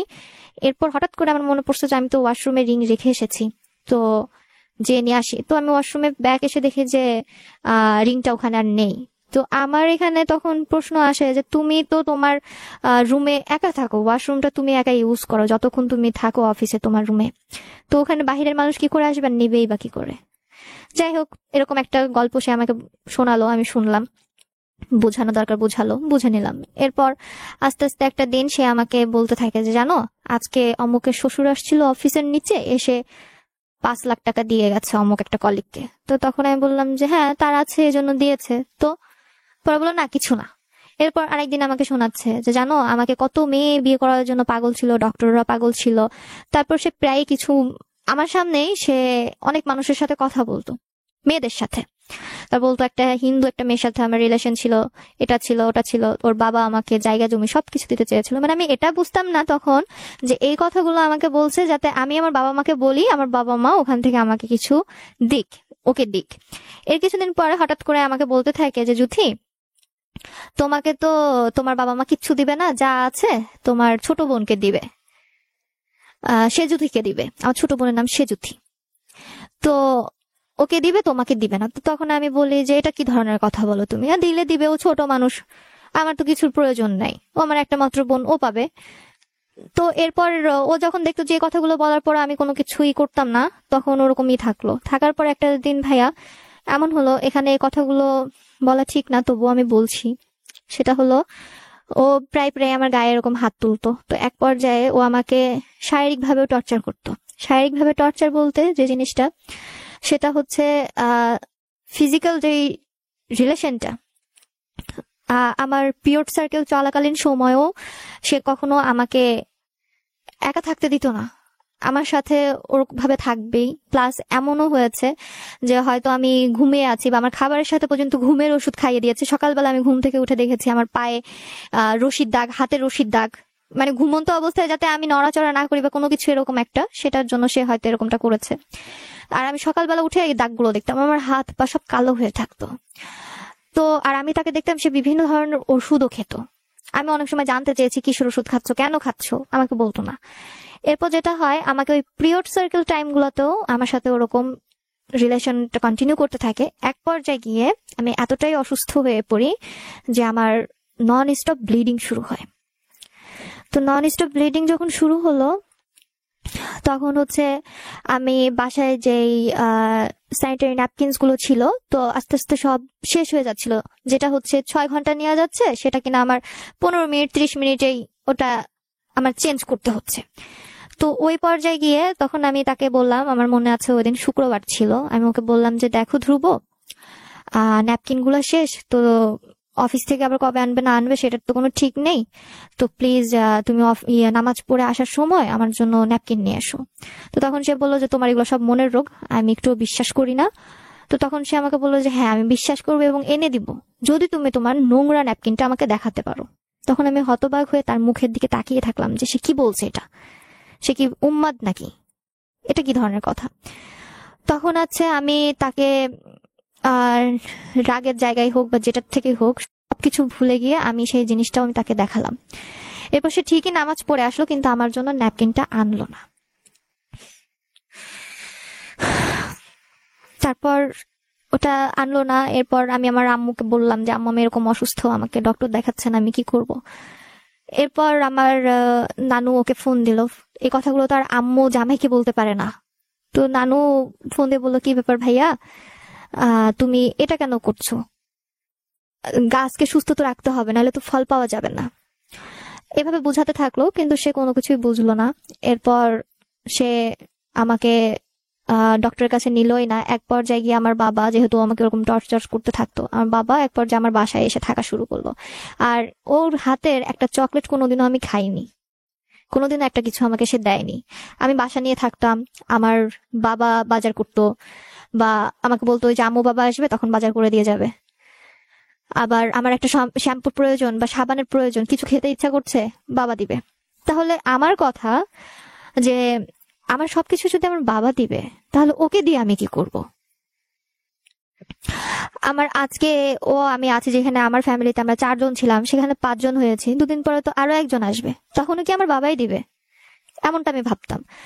তো তখন হচ্ছে যেটা হলো, আমার বাবা ওরকম বাসায় এসে থাকতো যাতে আমার গায়ে হাত না তুলে, বাবাকে দেখে ভয় পায়। তারপরও বাবা যখন বাইরে থাকতো কোনো কারণে কাজের জন্য, যখন বাবা বাইরে থাকতো তখন সে আমার গায়ে হাত তুলতো। একদিন তো পরে বাবা ওকে বললো যে আমার মেয়েটা যে এতটা অসুস্থ, তুমি ওকে কেন ডক্টরের কাছে নিচ্ছ না। তখন বলতেছে, আমার বাবার মুখের উপরেই বললো যে ও অসুস্থ না, ওর হচ্ছে মনের রোগ। তখন আমার বাবা রেগে গিয়ে বলল, একটা স্ল্যাংও ইউজ করলো বাবা, বললো যে তুমি আমার মেয়ের বিয়ে বাবদ আজ পর্যন্ত কয়টা টাকা খরচ করছো আমার মেয়ের পিছনে, আর ওর যে মনের রোগ এটা কোন ডক্টর বলছে, কোনো গাইনোলজিস্টের কাছে গিয়েছিলে বা কোনো এমনি ফার্মেসিতে যে কথা বলছো ওর বিষয়ে, কোনো কিছু করছো, কিছুই তো করো নাই, কিভাবে বলতেছো। বলছে আমি জানি। বলছে তুমি জানো মানে। বাবা তখন রিয়েক্ট করে বসে। তো তখন ওদের ওই কথোপকথন দেখে আমি অনেক ভয় পেয়ে যাই। ভয় পেয়ে বাসায় হচ্ছে ন্যাপথলের প্যাকেট ছিল, আমি কি করব বুঝে উঠতে পারছিলাম না যে আমার জন্য এত ঝামেলা, আমি আর আমার লাইফ রাখবো না। তখন আমি ন্যাপথলের প্যাকেটটা ছিঁড়ে আমি অনেকগুলো ন্যাপথল খেয়ে ফেলি।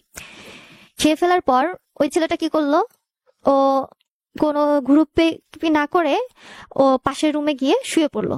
আর তখন রাত প্রায় বাজে, যেহেতু বাবা রাত্রে বাসায় আসতো, রাত প্রায় 12টা বাজে। ওই টাইমে তো আর নর্মালি ফার্মেসি গুলো খোলা থাকে না।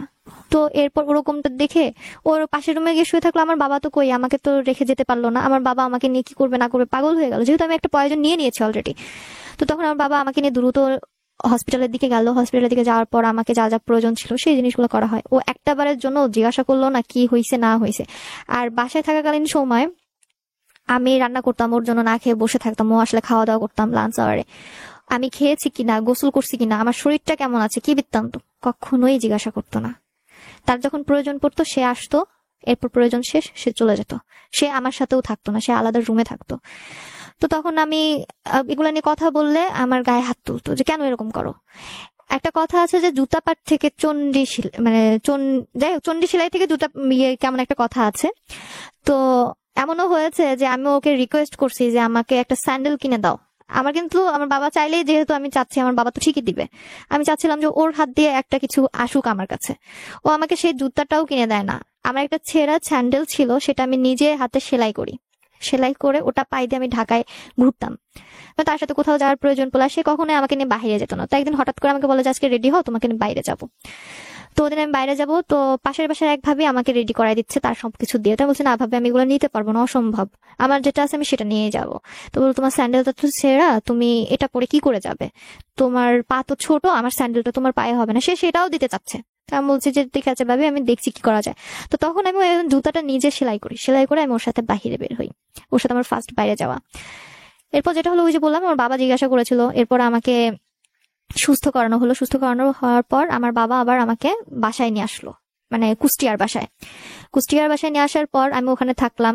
এরপর হঠাৎ করে একদিন আমাকে ওদের বাসার থেকে, ঝিনাইদহ থেকে বলে যে তুমি বাসায় আসো, আমি নতুন বউ, আমি তো সেখানে একা একা যাতায়াত করবো না, আমার শ্বশুর আসবে, নয়তো আমার দেবর আসবে, কেউ এসে আমাকে নিয়ে যাবে। আমার তো আর 10-15টা বাচ্চা কাচ্চা হয়ে যায়নি বা আমি পূরণ হয়ে যায়নি যে আমি একা একা যাতায়াত করবো, কেউ আমাকে নিতে আসতো না। পরে বলো তোমার এক্সাম শেষ না, তুমি বাসায় আসো, বাসায় এসে কয়েকদিন থেকে যাও। তো আমি পরে বললাম যে আচ্ছা ঠিক আছে আমি যাব। এরপরে কি 3-4 মাস ওর সাথে আমার কোনো কথা হয়েছিল না। তখন আবার সরি টরি বলে, বাবার কাছে ক্ষমা টমা চায়। চাওয়ার পর আমাকে নিয়ে আমি ওই বাসায় যাই। আমার বাবা যখন বলে যে আমার মেয়ে ছোট, ও কি করে গাড়িতে করে যাবে, তো তখন বলে যে ওকে গাড়িতে তুলে দেন, ওকে অমুক জায়গার বাজার থেকে ওকে নামাই নিবে, আমার ছোট ভাই নামাই নিবে, টেনশন নেওয়ার প্রয়োজন নেই। তো পরে বললো যে ও তো জীবনে একা একা কোথাও যায়নি, কি করে যাবে। তো বললো যে না সমস্যা হবে না। পরে আমাকে ওই যথারীতি গাড়িতে তুলে দিল, আমি ওই বাসায় গেলাম। যাওয়ার পর 2014 সালে ওই যে বিশ্বকাপ ছিল না, ফুটবলের যেটা আর কি, তো আমার দেবর খেলা দেখবে।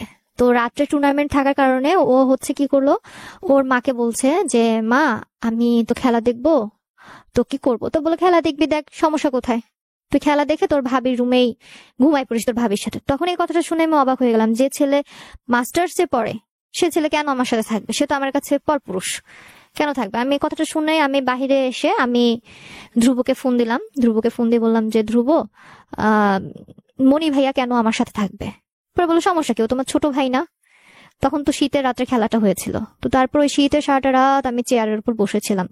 পরের দিন আবার খেলা ছিল, সে আবার ওই দিন রাত্রে দেখবে। তো ওদিনকে সে জানার পরে, মানে আমার শাশুড়ি জানার পর বললো আচ্ছা ঠিক আছে আজকে রাত্রে আমিও তোমাদের সাথে থাকবো। তো আমার শাশুড়ি সবসময় চাইতো যে আমার নামে কিছু একটা বের হোক যাতে আমি ওখান থেকে চলে আসি। এরপর আমার শাশুড়ি যেটা করে, ওদিন রাত্রে সে আমাকে মাঝখানে দেয়, তার ছেলেকে এক পাশে দেয়, সে আর এক পাশে শোয়। সে যদি সত্যিই আমার ভালো চাইতো বা তার যদি বিবেক বুদ্ধি থেকে থাকতো, তাহলে তো আর আমাদের দুজনকে, মানে তেলকে আর আগুনকে তো আর একসাথে কখনোই রাখতো না। সে সেটা করে না। তারপর আমি সারাটা রাত ওভাবে থাকি। থাকার পর পরের দিন বেশ কয়েকদিন আমি আমার ছুটিটা কাটাই, আমার কলেজের ছুটিটা কাটানোর পর এরপর আমি আবার তার সাথে বাসায় চলে আসি। যেহেতু আমার এক্সাম ছিল আবার কিছুদিন পরে, এক্সাম থাকার কারণে আমি কুষ্টিয়াতে আসি। আমার হাজবেন্ড যে আমাকে নিয়ে আসে, পরে বললো আচ্ছা ঠিক আছে সামনে যেহেতু আবার এক্সাম আছে, তো তুমি এক্সাম দিয়ে একবারে ঢাকার বাসায় যেও। তো আমি তখন আবার বাসায় থাকা শুরু করলাম। আমার বাসায় থাকাকালীন সময় এর ভিতরে ওর একটা বোন, ওর 3য় নাম্বার না 4র্থ নাম্বার একটা বোন জানো, সে প্রেগনেন্ট ছিল। তো সামনেই ডেট ছিল, হঠাৎ করে আমাকে জানায় যে আমি আসতেছি, তুমি। এর ভিতর হঠাৎ করে আমার হাজবেন্ড আমার সাথে যোগাযোগ অফ করে দেয়, আবার 2-3 মাস যোগাযোগ অফ করে দেয়। তো হঠাৎ করে সে আমাকে জানায়। তো পরে আমি যেহেতু আমার হাজবেন্ড যোগাযোগ করতো না আমার সাথে, আবার আমিও মাঝে মধ্যে রাগ করে করতাম না, শুধু কি আমারই দায়ভার, ওর কি কোনো দায়ভার নেই। তো তারপর ওখান থেকে সে আমাকে জানালো যে আমরা আসতেছি, কি করব। তো আমি জীবনে কোনোদিনও কুষ্টিয়ার যে সদর হসপিটাল সেখানে যাইনি, কতটা দূর না কি বৃত্তান্ত আমি কিচ্ছু জানি না। পরে আমার আম্মু বললো ঠিক আছে তুমি যাও, যে সব অ্যারেঞ্জ করো। আমি ওখানে গেলাম, ব্লাড ব্যাংকে গেলাম, যা যা প্রয়োজন প্রেগনেন্সির ডেলিভারি টাইমে, তো সবকিছু অ্যারেঞ্জ করলাম। এরপর হঠাৎ করে ওরা আসলো, আসার পর ভর্তি করলাম, সবকিছু করলাম। করার পর আমি সন্ধ্যার দিকে বাসায়, আবার বিকালে না দুপুরে আমি বাসায় চলে আসলাম। দুপুরে আবার আমার আম্মু বাবা এরা গেল খাবার টাবার নিয়ে, ফল টল নিয়ে গেল। যাওয়ার পর আমি আবার সন্ধ্যার দিকে গেলাম। যাওয়ার পর হচ্ছে তাকে আমি নিজে হাতে একটা একটা করে বাচ্চাদেরকে ঠিক যেভাবে কমলাগুলো ছুলে ছুলে খাওয়ায় সেভাবে খাওয়ালাম, আঙুরগুলো ছুলে ছুলে খাওয়ালাম। সে তখন আমার মুখের দিকে তাকায় বলছে যে আমার মা হলেও হয়তো বা এরকমটা করতো না, তুমি যতটা করতেছো। তো বললাম কি বলো বোকার মতো, এগুলো বলতেছে, তুমি অসুস্থ মানুষ না, তুমি রেস্ট করো, আর খাওয়াচ্ছি চুপচাপ খেয়ে নাও। পরে এরকমটা করলাম। ওখান থেকে প্রায় রাত্রে 10টার দিকে বাসায় চলে আসি। আর আমাদের বাসার থেকে ওটা প্রায় সদর হসপিটালটা ছিল 20 মিনিটের রাস্তা। তো তারপর ওখান থেকে আসি। আসার পর হঠাৎ করে রাত্রে মিডনাইটে, তখন বাংলা মাঘ মাস চলছে, ওই টাইমটাতে হঠাৎ করে রাত্রে 3টার দিকে তার ডেলিভারি পেইনটা উঠে। ডেলিভারি পেইন ওঠার পর তার আগে কয়েকবার সিজার হয়েছে এবং বাচ্চাগুলো মারা গিয়েছে। তো এটা হঠাৎ করে আনফরচুনেটলি নর্মাল ভাবেই ওর মাথাটা কিছু অংশ বের হয়ে আসছে, আর এদিকে উনি অলরেডি সেন্সলেস হয়ে গেছে, বাচ্চাকে কোনো রকমই বের করা যাচ্ছে না, নন স্টপ ব্লিডিং হচ্ছে। এটা জানানো হয়, জানানো হওয়ার পর তখন আম্মু, তারপর ওনার হাজবেন্ড, আমার বাবা সবাই ছুটে যায় হসপিটালে। ছুটে যাওয়ার পর তখন বলে যে ওনার কাছে যা যা ছিল প্রত্যেকটা জিনিস ইউজ করে ফেলেছি, প্রত্যেকটা জিনিসেই ব্লাড, এখন আরেকটা পেটিকোট বা ছায়া যেটা বলে আর কি, ওটা লাগবে। তখন আমার আম্মু নিজে যেটা পড়েছিল সেটা খুলে দিয়ে দেয় যে এটা আপনারা ইউজ করেন, ও তো আমার মেয়ে, সমস্যা কি। তো তখন ওইটা দেয়। তো তারপর সে বাবুটা আসে, একটা মেয়ে বাবু হয়, বাবুটার কি লাগবে না লাগবে সবকিছু করে পরে আমি তাকে ফোন দিই। তখন সবকিছু ভুলে গিয়ে আমি নিজেই তাকে ফোন দিই, ফোন দিয়ে বলি যে আমি ওর বড় মামি, তো ওকে তো একটা কিছু আমার দিতে হবে, হসপিটালে গেলে তো আমি তো খালি হাতে তো আর ওকে আমি দেখতে পারি না, তো তুমি আমাকে কিছু টাকা পাঠাও, আমি ওর জন্য কিছু কেনাকাটা করি। তখন সে আমাকে মাত্র 500 টাকা দিয়েছিল। আমি একটা বেবিকে দেখতে যাবো, একটা বেবির জন্য যদি আমি একটা ডাইপারও কিনতে চাই সেটারও তো 350-র ভিতর দাম, এরকম 500 টাকায় কি হয়। তো তখন আমি উল্টা আমার বাবার কাছ থেকে 3000 টাকা নিয়ে আমি বেবির জন্য শপিং করি। শপিং করে আমি বেবিটাকে দেখতে যাই। আর দেখতে যাওয়ার পর সবাই, আমি ওরকম কেয়ার করতাম, ইয়ে করতাম, সবাই বলতো আচ্ছা মেয়েটা কে, তোমার ছোট বোনটোন? তো বলতো না, ও আমার বড় ভাবি। তো কেউ বিশ্বাস করতো না, কারণ আমি এতটাই ছোট ছিলাম, আর লোকটা তো আমার থেকে অনেক বড় ছিল, আর তারাও বড় বড়। তারাও মানে ওরা বিশ্বাস করতো না যে আমি কি করে ওদের ভাবি হই। তো লোকটার বড় বোনের যে বড় ছেলে, সেই তখন হচ্ছে গ্রাজুয়েশন কমপ্লিট করে ফেলছে, মানে কেউ বিলিভ করতো না যে কি করে পসিবল হয় এটা। তো তারপর যাই হোক, আমি ওরকম দেখতে গেলাম, দেখতে যাওয়ার পর ওখান থেকে নিয়ে আসলাম, বাবু টাবু নিয়ে আসলাম, নিয়ে আসার পর সে তার মতো বাসায় চলে গেল, আমি আমার মতো বাসায় আসলাম। তারপর হঠাৎ করে একদিন সে আমাকে আবার নেওয়ার জন্য আসছে। নেওয়ার জন্য যখন আসলো আমি আবার বাসায় গেলাম। বাসায় যাওয়ার পর হঠাৎ করে সে আমাকে বলতেছে যে তুমি এখন থেকে কোনো ফোন ইউজ করবা না, তুমি বাবা মার সাথে কথা বলতে পারবা না, কোনো কিছুই না, তোমার সবকিছু বন্ধ, এমনকি কলেজ জয়েন করতে পারবা না। তো আমি পরে ভাবলাম যে এগুলো করে যদি আমার হাজবেন্ড ঠিক হয় তো সমস্যা কি। আমি আমার জন্মদাত্রী মা, বাবা, আমার ছোট বোনটা যে এতটা অসুস্থ, সবার সাথে কথা বলা অফ করে দেই, ফোন ইউজ করা বন্ধ করে দেই, এমনকি আমি আমার কলেজটাও অফ করে দেই, তবুও আমি তাকে ঠিক করতে পারি না। একদিনকে তো আমাকে এতটাই আঘাত করলো যে আমার চুলের মুঠিগুলো ধরে আমাকে দেওয়ালের সাথে আঁচড়াতে থাকলো। আমার তো এমনিতে ব্রেনে আঘাত লাগে, আগেই বলেছি যে আমি ছাদের থেকে পড়ে গেছিলাম, আমার গলার হাড়ে ইফেক্ট পড়লো।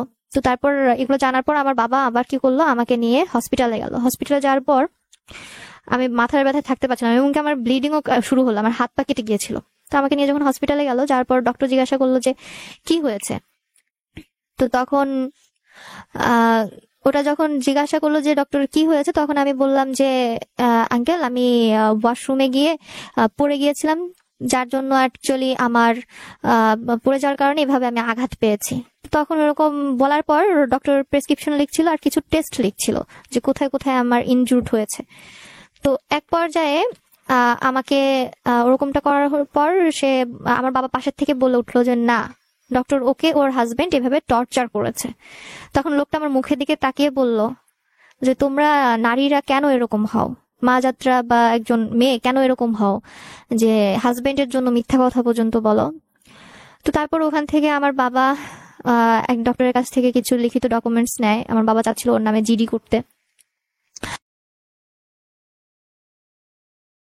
তো কিছু ডকুমেন্টস নিল, নেওয়ার পর আমাকে নিয়ে বেরোলো। তারপর রিপোর্ট দেওয়ার কথা ছিল অনেক পরে, তো ডক্টরের রিকোয়ারমেন্টে আমরা রিপোর্টটা তাড়াতাড়ি পেয়ে যাই এবং সেগুলো নিয়ে আমার বাবা আমাকে বাসায়, আমার এক আঙ্কেলের বাসায় পাঠায়, আর আমার বাবা যায় থানায় জিডি করার জন্য। তো আমার বাবা থানা থেকে, এই থানার ওসি আমাকে ফোন দেয় যে তোমার বাবা তো এখানে আসছে, তো সে জিডি করতে চাচ্ছে, তো তুমি কি বলো।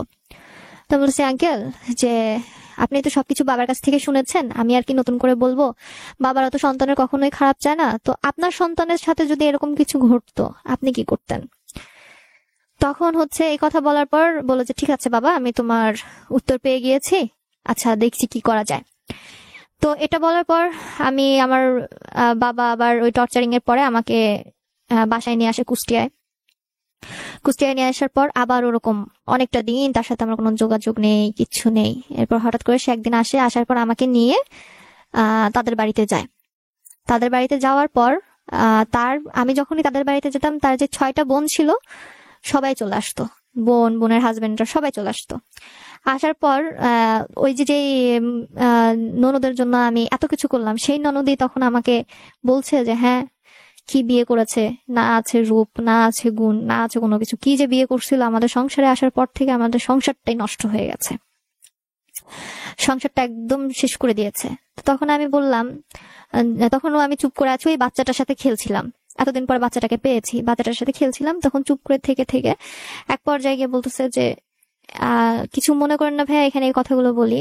এভাবে বললো যে তাদের ভাষাতে আর কি বলছি, যে বিয়ে করেছে একটা ডাইনিকে, ডাইনি বিয়ে করে নিয়ে আসার পর আমাদের সংসারটা একদমই জ্বলে পুড়ে গেল, ওর নজরে সব শেষ হয়ে গেল। তো তখন আমার আর সহ্য করতে পারিনি, তখন 1 বছরের মাথায় আমি প্রায় 1-1.5 বছরের মাথায় আমি মুখ খুলে বলি যে কেন, কি হয়েছে? আমি বাইরে গিয়ে বলি যে আপনি আমাকে এগুলা কেন বলছেন, কি করেছি আমি? তখন সে বলে যে কি করিস নি তুই, আর যদি আমার ভাই ফকিরের ঘরের একটা মেয়েকেও নিয়ে আসতো তাহলেও অনেক কিছু পাইতো, তোকে বিয়ে করে কি পাইছে, তোর প্রত্যেকটা জিনিস ম্যাচিং ম্যাচিং লাগে, তোর এটা লাগে ওটা লাগে। তো বললাম যে আচ্ছা ঠিক আছে, আমার প্রত্যেকটা জিনিস ম্যাচিং লাগে বুঝলাম, এগুলো কে দেয়? বলে আমার ভাই ছাড়া কে দেয়? অসম্ভব, আমি যে ড্রেসটা পরে আছি এটা আমার বাবার দেওয়া, পায়ের স্যান্ডেলটা আমার বাবার দেওয়া, ব্যাগটা আমার বাবার দেওয়া, হাতের মোবাইলও আমার বাবার দেওয়া, তাহলে আপনার ভাই আমাকে কি দিল? বলে তাহলে আমার ভাই টাকা কি করে? আমি পরে বললাম যে আপনার ভাই যে কত টাকা পায়, স্যালারি যে কত টাকা পায় আমি সেটাই জানি না, কয়টা ডিপিএস আছে, কি ব্যাংক অ্যাকাউন্ট আছে বা কি আছে, আমি কোনো কিছুই জানি না, তাহলে আমার ভাই টাকা কি করে? আপনার ভাই টাকা কি করে সেটা আপনি আপনার ভাইয়ের কাছে জিজ্ঞাসা করেন, আমি কি করে বলবো? পরে এরকম অশান্তি টশান্তি করলাম, করার পর আমাকে কিনা বলছে যে হ্যাঁ, তখন ওর মাও বাবা দুজনেই, মানে মা বাবা দুজনেই বলতে থাকতো যে আমার ছেলেকে যদি আজ কোনো জায়গায় বিয়ে দিতাম অনেক কিছু পেতাম। পরে আমি আরেকটা কথা বলি যে আপনাদের এত কিছু যদি চাওয়া পাওয়ার ছিল তাহলে আপনারা কেন আগের থেকে বলেননি? আর দ্বিতীয়ত হচ্ছে চাওয়া পাওয়ার বিষয়টা তো গেল, আর আপনার ছেলে যখন বিয়ের সময় আমার বাবা জিজ্ঞাসা করেছিল, আমার বাবাকে কেন বলছিল যে কিছুই লাগবে না, আমি শুধু মেয়েটাকেই চাই। তো আর আপনাদের এত চাওয়া পাওয়া, তাহলে এই যে গরু ছাগলের দাম পাওয়ার জন্য তো সবাই হাটে উঠায় গরু ছাগলকে, তো আপনি আপনার ছেলেকে ভাবে হাটে উঠাইতেন, দাম পেয়ে যেতেন, যেটা প্রয়োজন ছিল সেটা পেয়ে যেতেন, তো সেটা কেন করেননি? তখন আমাকে আবার ওরকম উল্টাপাল্টা কথা বলতে থাকে। তারপর ওখান থেকে চলে আসি আমরা, আসার পর সে কোনো উত্তর দিত না, সে উল্টা আরো আমাকে চুপ করতে বলতো। পরে ওখান থেকে চলে আসি, আসার পর সে বাসায় চলে যায়। বাসায় চলে যাওয়ার পর আহ ইয়ে হয়, সে ওরকম বাসায় চলে যায়, আমাকে রেখে ঢাকার বাসায় আর কি চলে আসে, আমি ওখানে থাকি। থাকার পর তো এরপর যেটা হলো, আমি, সে বাসায় চলে আসলো, আমি ওখানে থাকলাম। থাকার পর আস্তে আস্তে আবার হঠাৎ করে সে এমন ছিল যে যদি বলা যেত, মানে যে ভাইয়া আপনার কথা যদি বলা যায় যে ওনার পা ধরে ক্ষমা চাও বা ওনাকে কিছু একটা বলো, ওকে তোমার সাথে দিব। লাস্ট পর্যায়ে এমন হলো যে আমার বাবা আর ওখানে দিতে চাচ্ছিল না তাদের কাছে। তো আমি এর ভিতরে একটা কথা বলতে ভুলে গেছি, সেটা হলো যখন ওই যে আমার ননদ ও ধরনের কথা বলছিল, তখন আমি বলছিলাম যে আপনি এখানে এত কথা বলছেন, আমি এখানে যদি আজকে উলঙ্গ হয়েও চলাফেরা করি তো সবাই বলবে যে এটা এই বাড়ির বউ, সে করছে মানায়, কিন্তু আপনি এখানে, আপনি এই বাড়ির মেয়ে, আপনি এখানে সেই কথাগুলো বলছেন, আপনাকে একটু মানাচ্ছে না। তো যা বলছেন ভেবেচিন্তে কথা বলুন, আর আপনি কার বাড়িতে দাঁড়িয়ে কথা বলছেন? আপনি আমার বাড়িতে দাঁড়িয়ে কথা বলছেন। বলে কি তোর বাসা, তোর বাসা, তুই তো একটা মানে ওই যে স্লাইং গুলো যেগুলো আর কি, ডাইনি, তারপর আজে বাজে যে কথাগুলো সেগুলো আর কি বলতে থাকে। তো তারপর বলে যে তুই এগুলা। আমি ওখান থেকে চলে আসলাম। এরপর তো ওই যে বললাম আমার বাবা আমাকে আর দিতে চাচ্ছিল না। এরপর যেটা হয়, দিতে চাচ্ছিল না, এরপর আমি আবার হঠাৎ করে ওদের সাথে আমার কমিউনিকেশন একদমই অফ হয়ে যায়। লাস্টে টর্চারিং এর মাত্রা এতটাই বেড়ে গিয়েছিল যে আমার গায়ে, যেহেতু সে স্মোক করতো না, সে ম্যাচের কাঠি দিয়ে আগুন ধরাতো, আগুন ধরিয়ে ম্যাচের মাথায় যখন বারুদটা থাকতো, সে আমার ওই বারুদ থাকাকালীন সময় যতক্ষণ আগুনগুলো থাকতো আমার গায়ে ঠেসে ঠেসে ধরতো, এভাবে টর্চার গুলো করতো। আর আমার আম্মুর সামনেই ওই যে ওরকম করে বলতো যে তোমার যা কিছু আছে ছোট বোনকে দিয়ে যাবে, তোমাকে কিছুই দিবে না। এরপর যেটা হলো, আমি আবার তার সাথে আমার প্রায় 2 বছর মতো কোনো যোগাযোগ থাকলো না, কোনো কিছু না।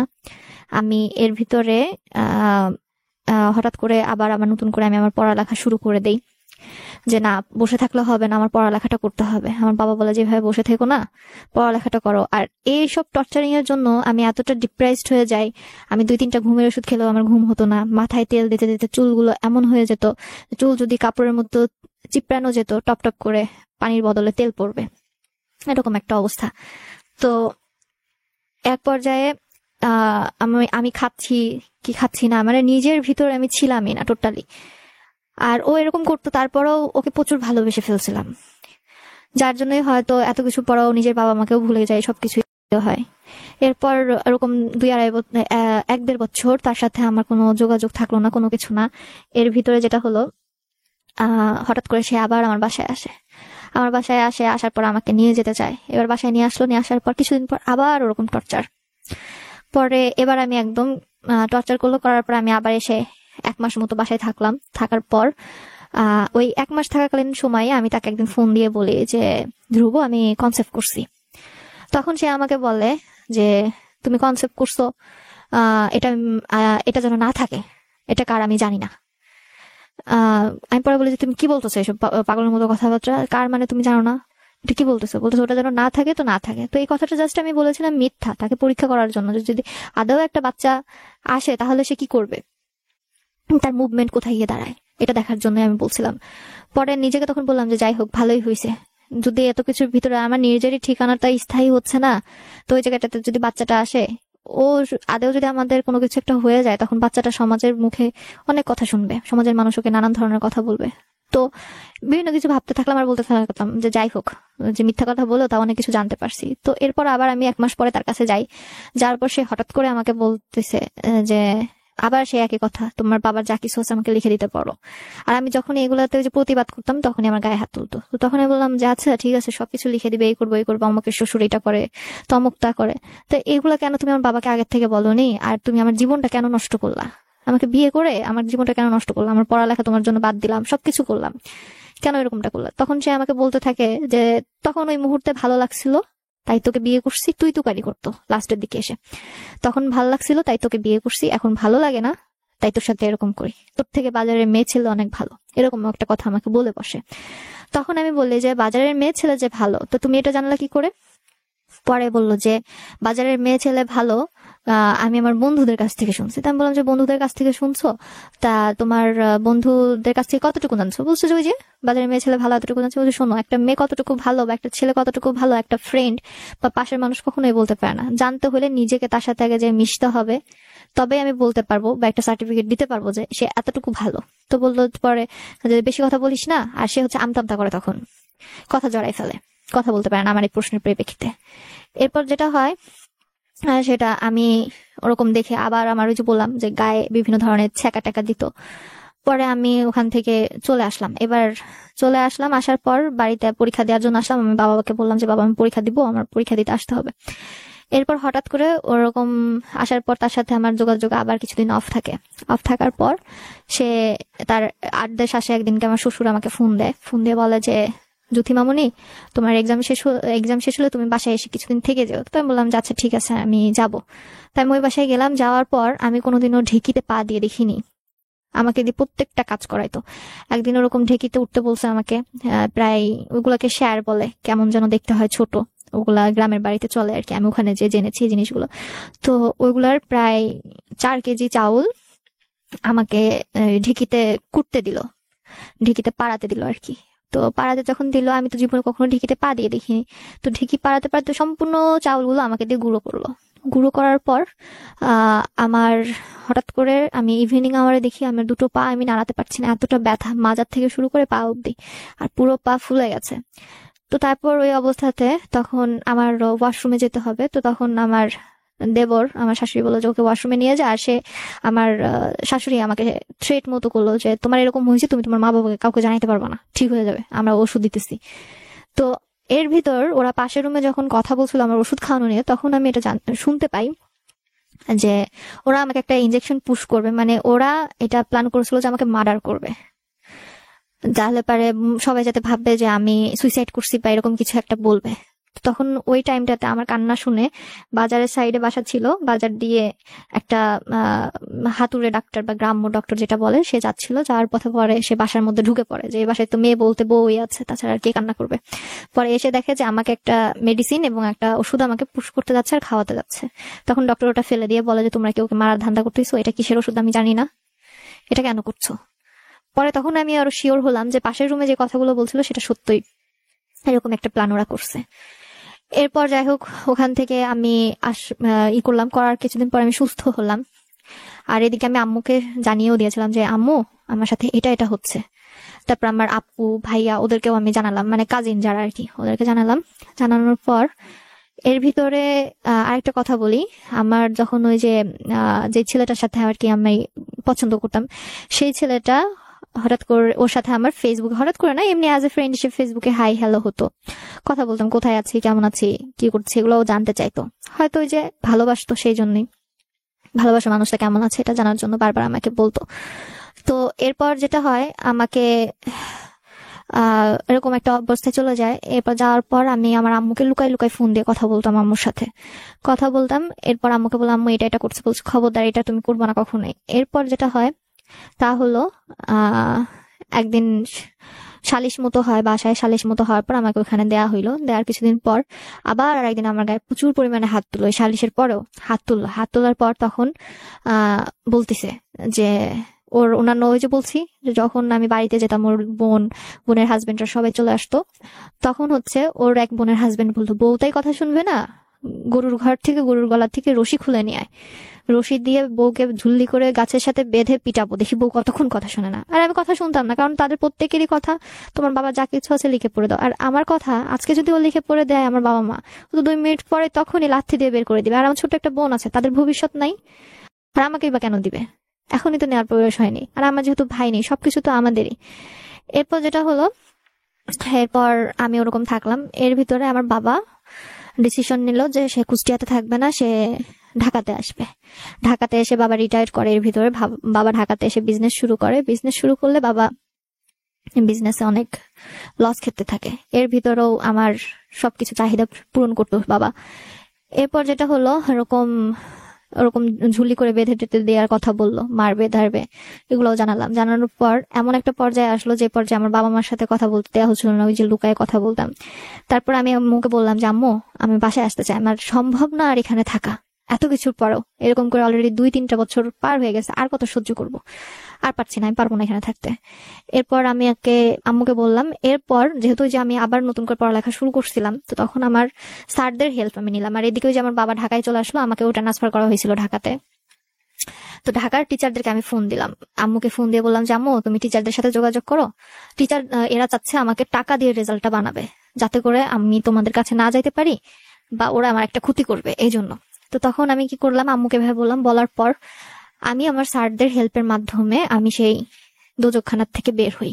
আমার স্যাররা, ওই ওই বাড়ির গার্জিয়ানরা, আমার হাজবেন্ডের বাড়ির গার্জিয়ান, আমার হাজবেন্ড, এরা টিচারদেরকে কনভিন্স করতে থাকে যে টাকা দিয়ে যদি রেজাল্ট করা যায়। তখন আমরা তো ওই যে আগে টিচারদেরকে বলে দিয়েছিলাম যে স্যার আপনারা রাজি হবেন না, যে করেই হোক আপনি বলবেন যে না অসম্ভব। এরপর আমি ঢাকায় আসবো কি করে, সে ঢাকায় আমাকে গাড়িতে তুলে দিল একা একা। আমি ঢাকায় আসলাম। আসার পর কথা ছিল যে এক্সাম শেষ হয়ে যাবে, আমি আবার ওদের বাড়িতে চলে যাব। তো এরপর যেদিন আমি তো 3 দিন আমার এক্সাম ছিল, তো তখন হচ্ছে বললো ঠিক আছে তুমি এতদিন পর বাসায় যাচ্ছ, 1 সপ্তাহ থাকতে পারবা। তো 1 সপ্তাহ পরে আমার হাজবেন্ড আমাদের বাসায় আসে, ঢাকায় যে বাসা নিয়ে আমরা থাকতাম সে বাসায় আসে। বাসায় আসলে আমার হাজবেন্ড, ওদিন আমার আম্মু, মানে ওদিনকে আমি জানতাম না যে ওদিনকে সত্যি আমাকে আমার হাজবেন্ডের সাথে আর পাঠাবে না। আমার আম্মু আমার জন্য সবকিছু, ওর পছন্দের খাবারগুলো, আমার পছন্দের খাবারগুলো সবকিছু রান্না করে আম্মু নিজে হাতে ওকে বেড়ে বেড়ে খাইয়েছে। আম্মু মনে কষ্ট নিয়ে সবকিছু রান্না করে। এরপর যখন ও চলে যাবে তখন বলতেছে যে বাবা ওকে নিতে আসছি। পরে বলতেছে আমার মেয়ে কার সাথে যাবে, বলতেছে রাত্রে গাড়িতে তুলে দিবো একা একা। বলছে অসম্ভব, ইয়াং একটা মেয়েকে আমি এভাবে রাত্রে 11টার সময় যে গাড়ি ছাড়বো, এই রাত্রে আমি জীবনও দিতে পারবো না, তোমার যতই পরিচিত হোক যাই হোক। আর আমার মেয়ে তো ভালো না বাবা, তুমি কিছু মনে করো না, আমার মেয়ে ভালো না, আমার মেয়ে খারাপ, আমার মেয়েকে আর আমি দিব না, অনেক চেষ্টা করছি, ও তো খারাপ, আমি দেখলাম ওকে তো রাখতে পারলাম না, তো তুমি কিছু মনে করো না, তুমি ভালো একটা ছেলে, দেখতে ভালো, তো তুমি ভালো একটা বিয়ে করতে পারবা, তো তুমি ওকে ভুলে যাও, ভুলে যেয়ে তুমি নতুন করে জীবন শুরু করো। তো তখন হচ্ছে যেটা হয়, এই কথা বলার পর আমি ওরকমটা বললো, বলার পর সে আমাকে রেখে চলে গেল রাগ করে, ইটি করে চলে গেল। সে একটা বারের জন্য বাবাকে বললো না, কেন বাবা কিসের জন্য এরকম বলছেন, অসম্ভব, এরকম কিছুই না। এসব কিছু না বলার কারণে এরপর যেটা হয়, হঠাৎ করে ওর বোনের ওর বড় বোনের হাজবেন্ড বাবাকে ফোন দেয়। ফোন দিয়ে বলে কি ব্যাপার, আপনারা নাকি ধ্রুবর গায়ে হাত তুলছেন, মারামারি করছেন, বলছেন যে জুথি আর পাঠাবেন না, কেন পাঠাবেন না? পরে বলছে যে হ্যাঁ, আমি আমার মেয়ে যেহেতু ভালো না, আমি আমার মেয়েকে আর ওখানে দিব না, তো তোমরা ভালো, তোমার শালাকে তোমরা নতুন করে আবার বিয়ে দিও, আমার খারাপ মেয়ে আমার কাছেই থাকুক। এরপরে আমি এরকম থাকতে থাকলাম। হঠাৎ করে এর ভিতর আমার পড়ালেখাটাও শেষ করি, মোটামুটি পর্যায়ে শেষ করি। শেষ করার পর একটা চাকরিতে ঢুকি। ঢোকার পর হঠাৎ করে ওই যে ছেলেটা আমাকে নিয়ে গল্প, কবিতা, গান এগুলো লিখতো, ও আমার লাইফে হঠাৎ করে কামব্যাক করে। কামব্যাক করে এভাবেই সে আমাকে বলে যে আচ্ছা জুথি, আমরা যে জিনিসটা ভাবছিলাম বিগত 4-5 বছর আগে, সেই জিনিসটাকে আবার রিকন্টিনিউ করা যায় না? তখন আমি অবাক হয়ে বলি যে দেখো, আমি যতই একটা বিবাহিত মেয়ে হই আর যাই হই না কেন, বা যেটাই হোক, ও তখন আমার ডিভোর্সও হয়ে যায়, মিউচুয়াল ডিভোর্স হয়ে যায় ওটার কিছুদিন পরেই মিউচুয়াল ডিভোর্স হয়ে যায়। আর ওরা আমাকে, আমার বাবা যেগুলা দিয়েছিল আমাকে, কোনো কিছু আমাকে আর ব্যাক দেয় না। এমনকি যেই সংসারটা আমার সাজানো ছিল সবকিছু, সেই জিনিসগুলো ওরকম থাকে। তো আমার বাবা কিছুই আনেনি, কোনো কিছু ওরা দেয়ও নি, আনেও নি। আমার বাবার কথা যে আমি আমার মেয়েকে পাইছি এটাই অনেক, আমার কিছু লাগবে না, ওইসব ওদেরকে আমি ভিক্ষা দিলাম। এরপর যেটা হয়, ওই ছেলেটা আমার লাইফে কামব্যাক করে। তো তখন কামব্যাক করে আমি বললাম যে দেখো, তোমার কাছে যেটা সহজ, একটা ডিভোর্সি মেয়েকে কিন্তু কেউ এরকম ভালো চোখে দেখে না, সবাই ডিভোর্সি মেয়েকেই দোষ দেয়। একটা ছেলে 10-15টা বিয়ে করুক বা ছেড়ে দিক, তাতে কোনো কথা হয় না। একটা মেয়ের একবার ডিভোর্স হয়ে গেলে অনেক কথা শুনতে হয়। শুধু ডিভোর্স কেন, একটা মেয়ে রাস্তায় দাঁড়িয়ে একটা ছেলের সাথে কথা বললে নানান ধরনের কথা হয়, নিজের ভাইয়ের সাথে কথা বললে অনেক কথা বলে মানুষ। তো তুমি কি করে ভাবলা তুমি একটা আনম্যারিড ছেলে আমার মতো একটা ডিভোর্সি মেয়েকে, আর অন্যের ফেলে দেওয়া খাবার, নষ্ট হয়ে যাওয়া খাবার, সেই জিনিসটা তুমি কেন খাবে? তুমি ভালো কিছু পাবা। আর তোমার কি মনে হয় না এই কয় বছর আমার লাইফে কোনো ছেলে আসেনি, আমার ডিভোর্স হয়েছে, তাতে কি হয়েছে? আমার ডিভোর্সটা প্রায় 16-17 শেষের দিকে হয়। তো তখন 17 মাঝ বরাবর আমার কাছে ফিরে আসতে চায়। এরপর যেটা হলো, তারপর আমি বললাম যে আচ্ছা ঠিক আছে, আমার এটা নিয়ে ভাবার টাইম লাগবে। তো বললো ভাবতে কত সময় লাগবে? তো বললাম মানুষের ভাবতে তো ন্যানো সেকেন্ডও টাইম লাগে, অনেক সময় দেখা যায় যুগের পর যুগও লাগে, 6 মাস লাগে বা 6 বছরও লেগে যায়। তো আমি ভাবে বলতে পারছি না আমার কতদিন টাইম লাগবে। তারপর সে পরের দিন যথারীতি টাইম আমাকে ফোন দিল, তখন আমি একটা চাকরিতেও ঢুকি। তো সে আমাকে যথারীতি ফোন দিল, ফোন দিয়ে বললো যে তুমি কি রেজাল্ট পেয়েছো? তাই বললাম যে হ্যাঁ আমি রেজাল্ট পেয়েছি। তোমার যদি এতটাই আমাকে নিয়ে চিন্তাধারা থেকে থাকে, তাহলে আমি এই কথাটাই বলবো যে তুমি তোমার ফ্যামিলিকে জানাও, আর আমার প্রত্যেকটা পার্ট তুমি তাদেরকে জানাবা, প্রত্যেকটা পার্ট তাদেরকে জানাবা। তারা যদি আমার সবকিছু জেনে আমাকে একসেপ্ট করে তো ঠিক আছে, আমি রিলেশনটা কন্টিনিউ করব। আর যদি তারা আমাকে একসেপ্ট না করে, তাহলে আমার পক্ষে রিলেশন কন্টিনিউ করা সম্ভব না। আমি তার উপরেই ছেড়ে দিলাম সবকিছু। তারপর সে হয়তো তার মাকে বলেছিল, তার মা হয়তো মেনে নিয়েছিল সবকিছুই। এরপর হঠাৎ করে সে আমাকে একদিন বলে যে তুমি তোমার আম্মুকে বা তোমার বাসায় জানো। তো পরে আমি আমার আম্মুকে প্রচুর ভয় পাই, এটা সম্মানের খাতিরে। তো আমি আমার আম্মুর কাছে বললাম, যখন আমার আম্মুকে বললাম, আমার আম্মু তখন বললো যে হ্যাঁ ছেলেটাকে তো আমি চিনি, আমাদের বাসায় তো অনেক আসছে, দেখছি। বলে হ্যাঁ আম্মু। পরে তখন আহ, আহ, ওই কথা বললে তখন বললো যে বাবা, তুমি পৃথিবীটাকে যত সহজ ভাবে দেখো, পৃথিবীটা এত সহজ না, অনেক কঠিন। তোমার জীবনে অনেক ঘটনা ঘটে গেছে, সেগুলো আবার পুনরাবৃত্তি হোক এগুলো আমি চাই না। যতই হোক, তুমি খারাপ হও ভালো হও, তুমি আমার সন্তান, যাই করবা ভেবে চিন্তে করো। পরে একদিন সে আমাকে ফোন দিয়ে বললো আমি আম্মুর সাথে কথা বলবো। তারপর আমি আমার আম্মুর সাথে তাকে কথা বলে দিলাম। এরপর আমি তাকে প্রায় ফোর্স করতাম যে আমি তোমার আম্মুর সাথে কথা বলবো। সেই পরে একদিন সে আমাকে কথা বলায় ও দেয়। এর ভিতরে সে ভার্সিটিতে ভর্তি হবে। তো ওর ভালো লাগা খারাপ লাগা, প্রিয় মানুষটার ভালো লাগা খারাপ লাগা তো আর প্রিয় মানুষটাই দেখে, তাই না?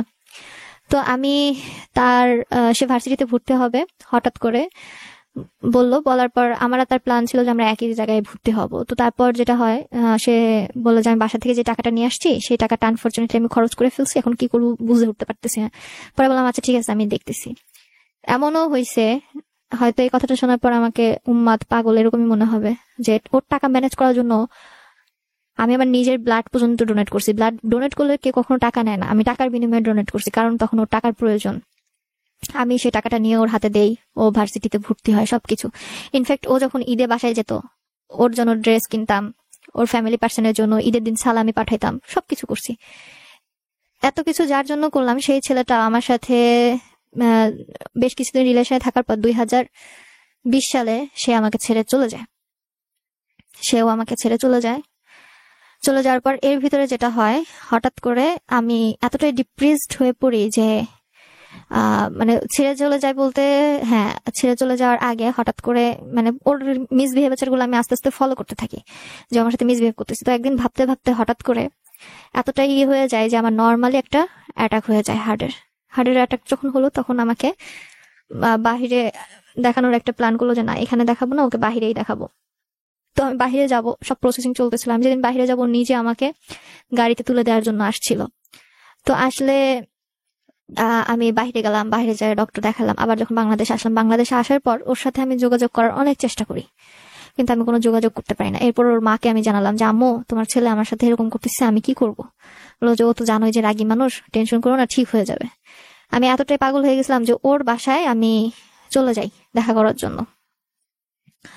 ওর বাসায় আমি যাই দেখা করার জন্য, কিন্তু আমি দেখা করতে পারি না। ও ঢাকাতে যেখানে চাকরি করতো প্লাস থাকতো, তো দেখা করতে পারি না। পরে ও আমাকে ফোন দিয়ে গালিগালাজ করতে থাকে। এরপর আমার ফ্যামিলি হঠাৎ করে আবার বাড়িতে শিফট করে, আমার ওই কুষ্টিয়ার বাসায়। আমার বাবা এদিকে সর্বস্ব হারিয়ে বিজনেসের জন্য সবকিছু হারিয়ে ফেলে। আমার বাবা তখন বুঝে উঠতে পারতেছিল না কি করবে, কোথায় যাবে, সর্বস্ব হারিয়ে ফেললো। হারানোর পর আমরা সবাই আবার বাসায় চলে আসলাম। এর ভিতরে কোভিড সিচুয়েশন শুরু হলো। কোভিড সিচুয়েশনের আগে আর কি আমরা বাড়িতে আসি, আর আমি ডক্টর দেখিয়ে ডিসেম্বর মাসে ফিরি 2019-এর। তো আসার পরেই আর কি ওর সাথে আমার ব্রেকআপটা হয়। এরপর বাড়িতে যখন আসলাম, আসার পর ওর সাথে আমি তারপরেও যোগাযোগ করতাম। একদিনকে তো আমি এতটাই পাগল ছিলাম, আমি আমার বাবার সামনে বাবার ফোন দিয়ে ওর বাবাকে ফোন দিই, কিন্তু ফোন ধরে না।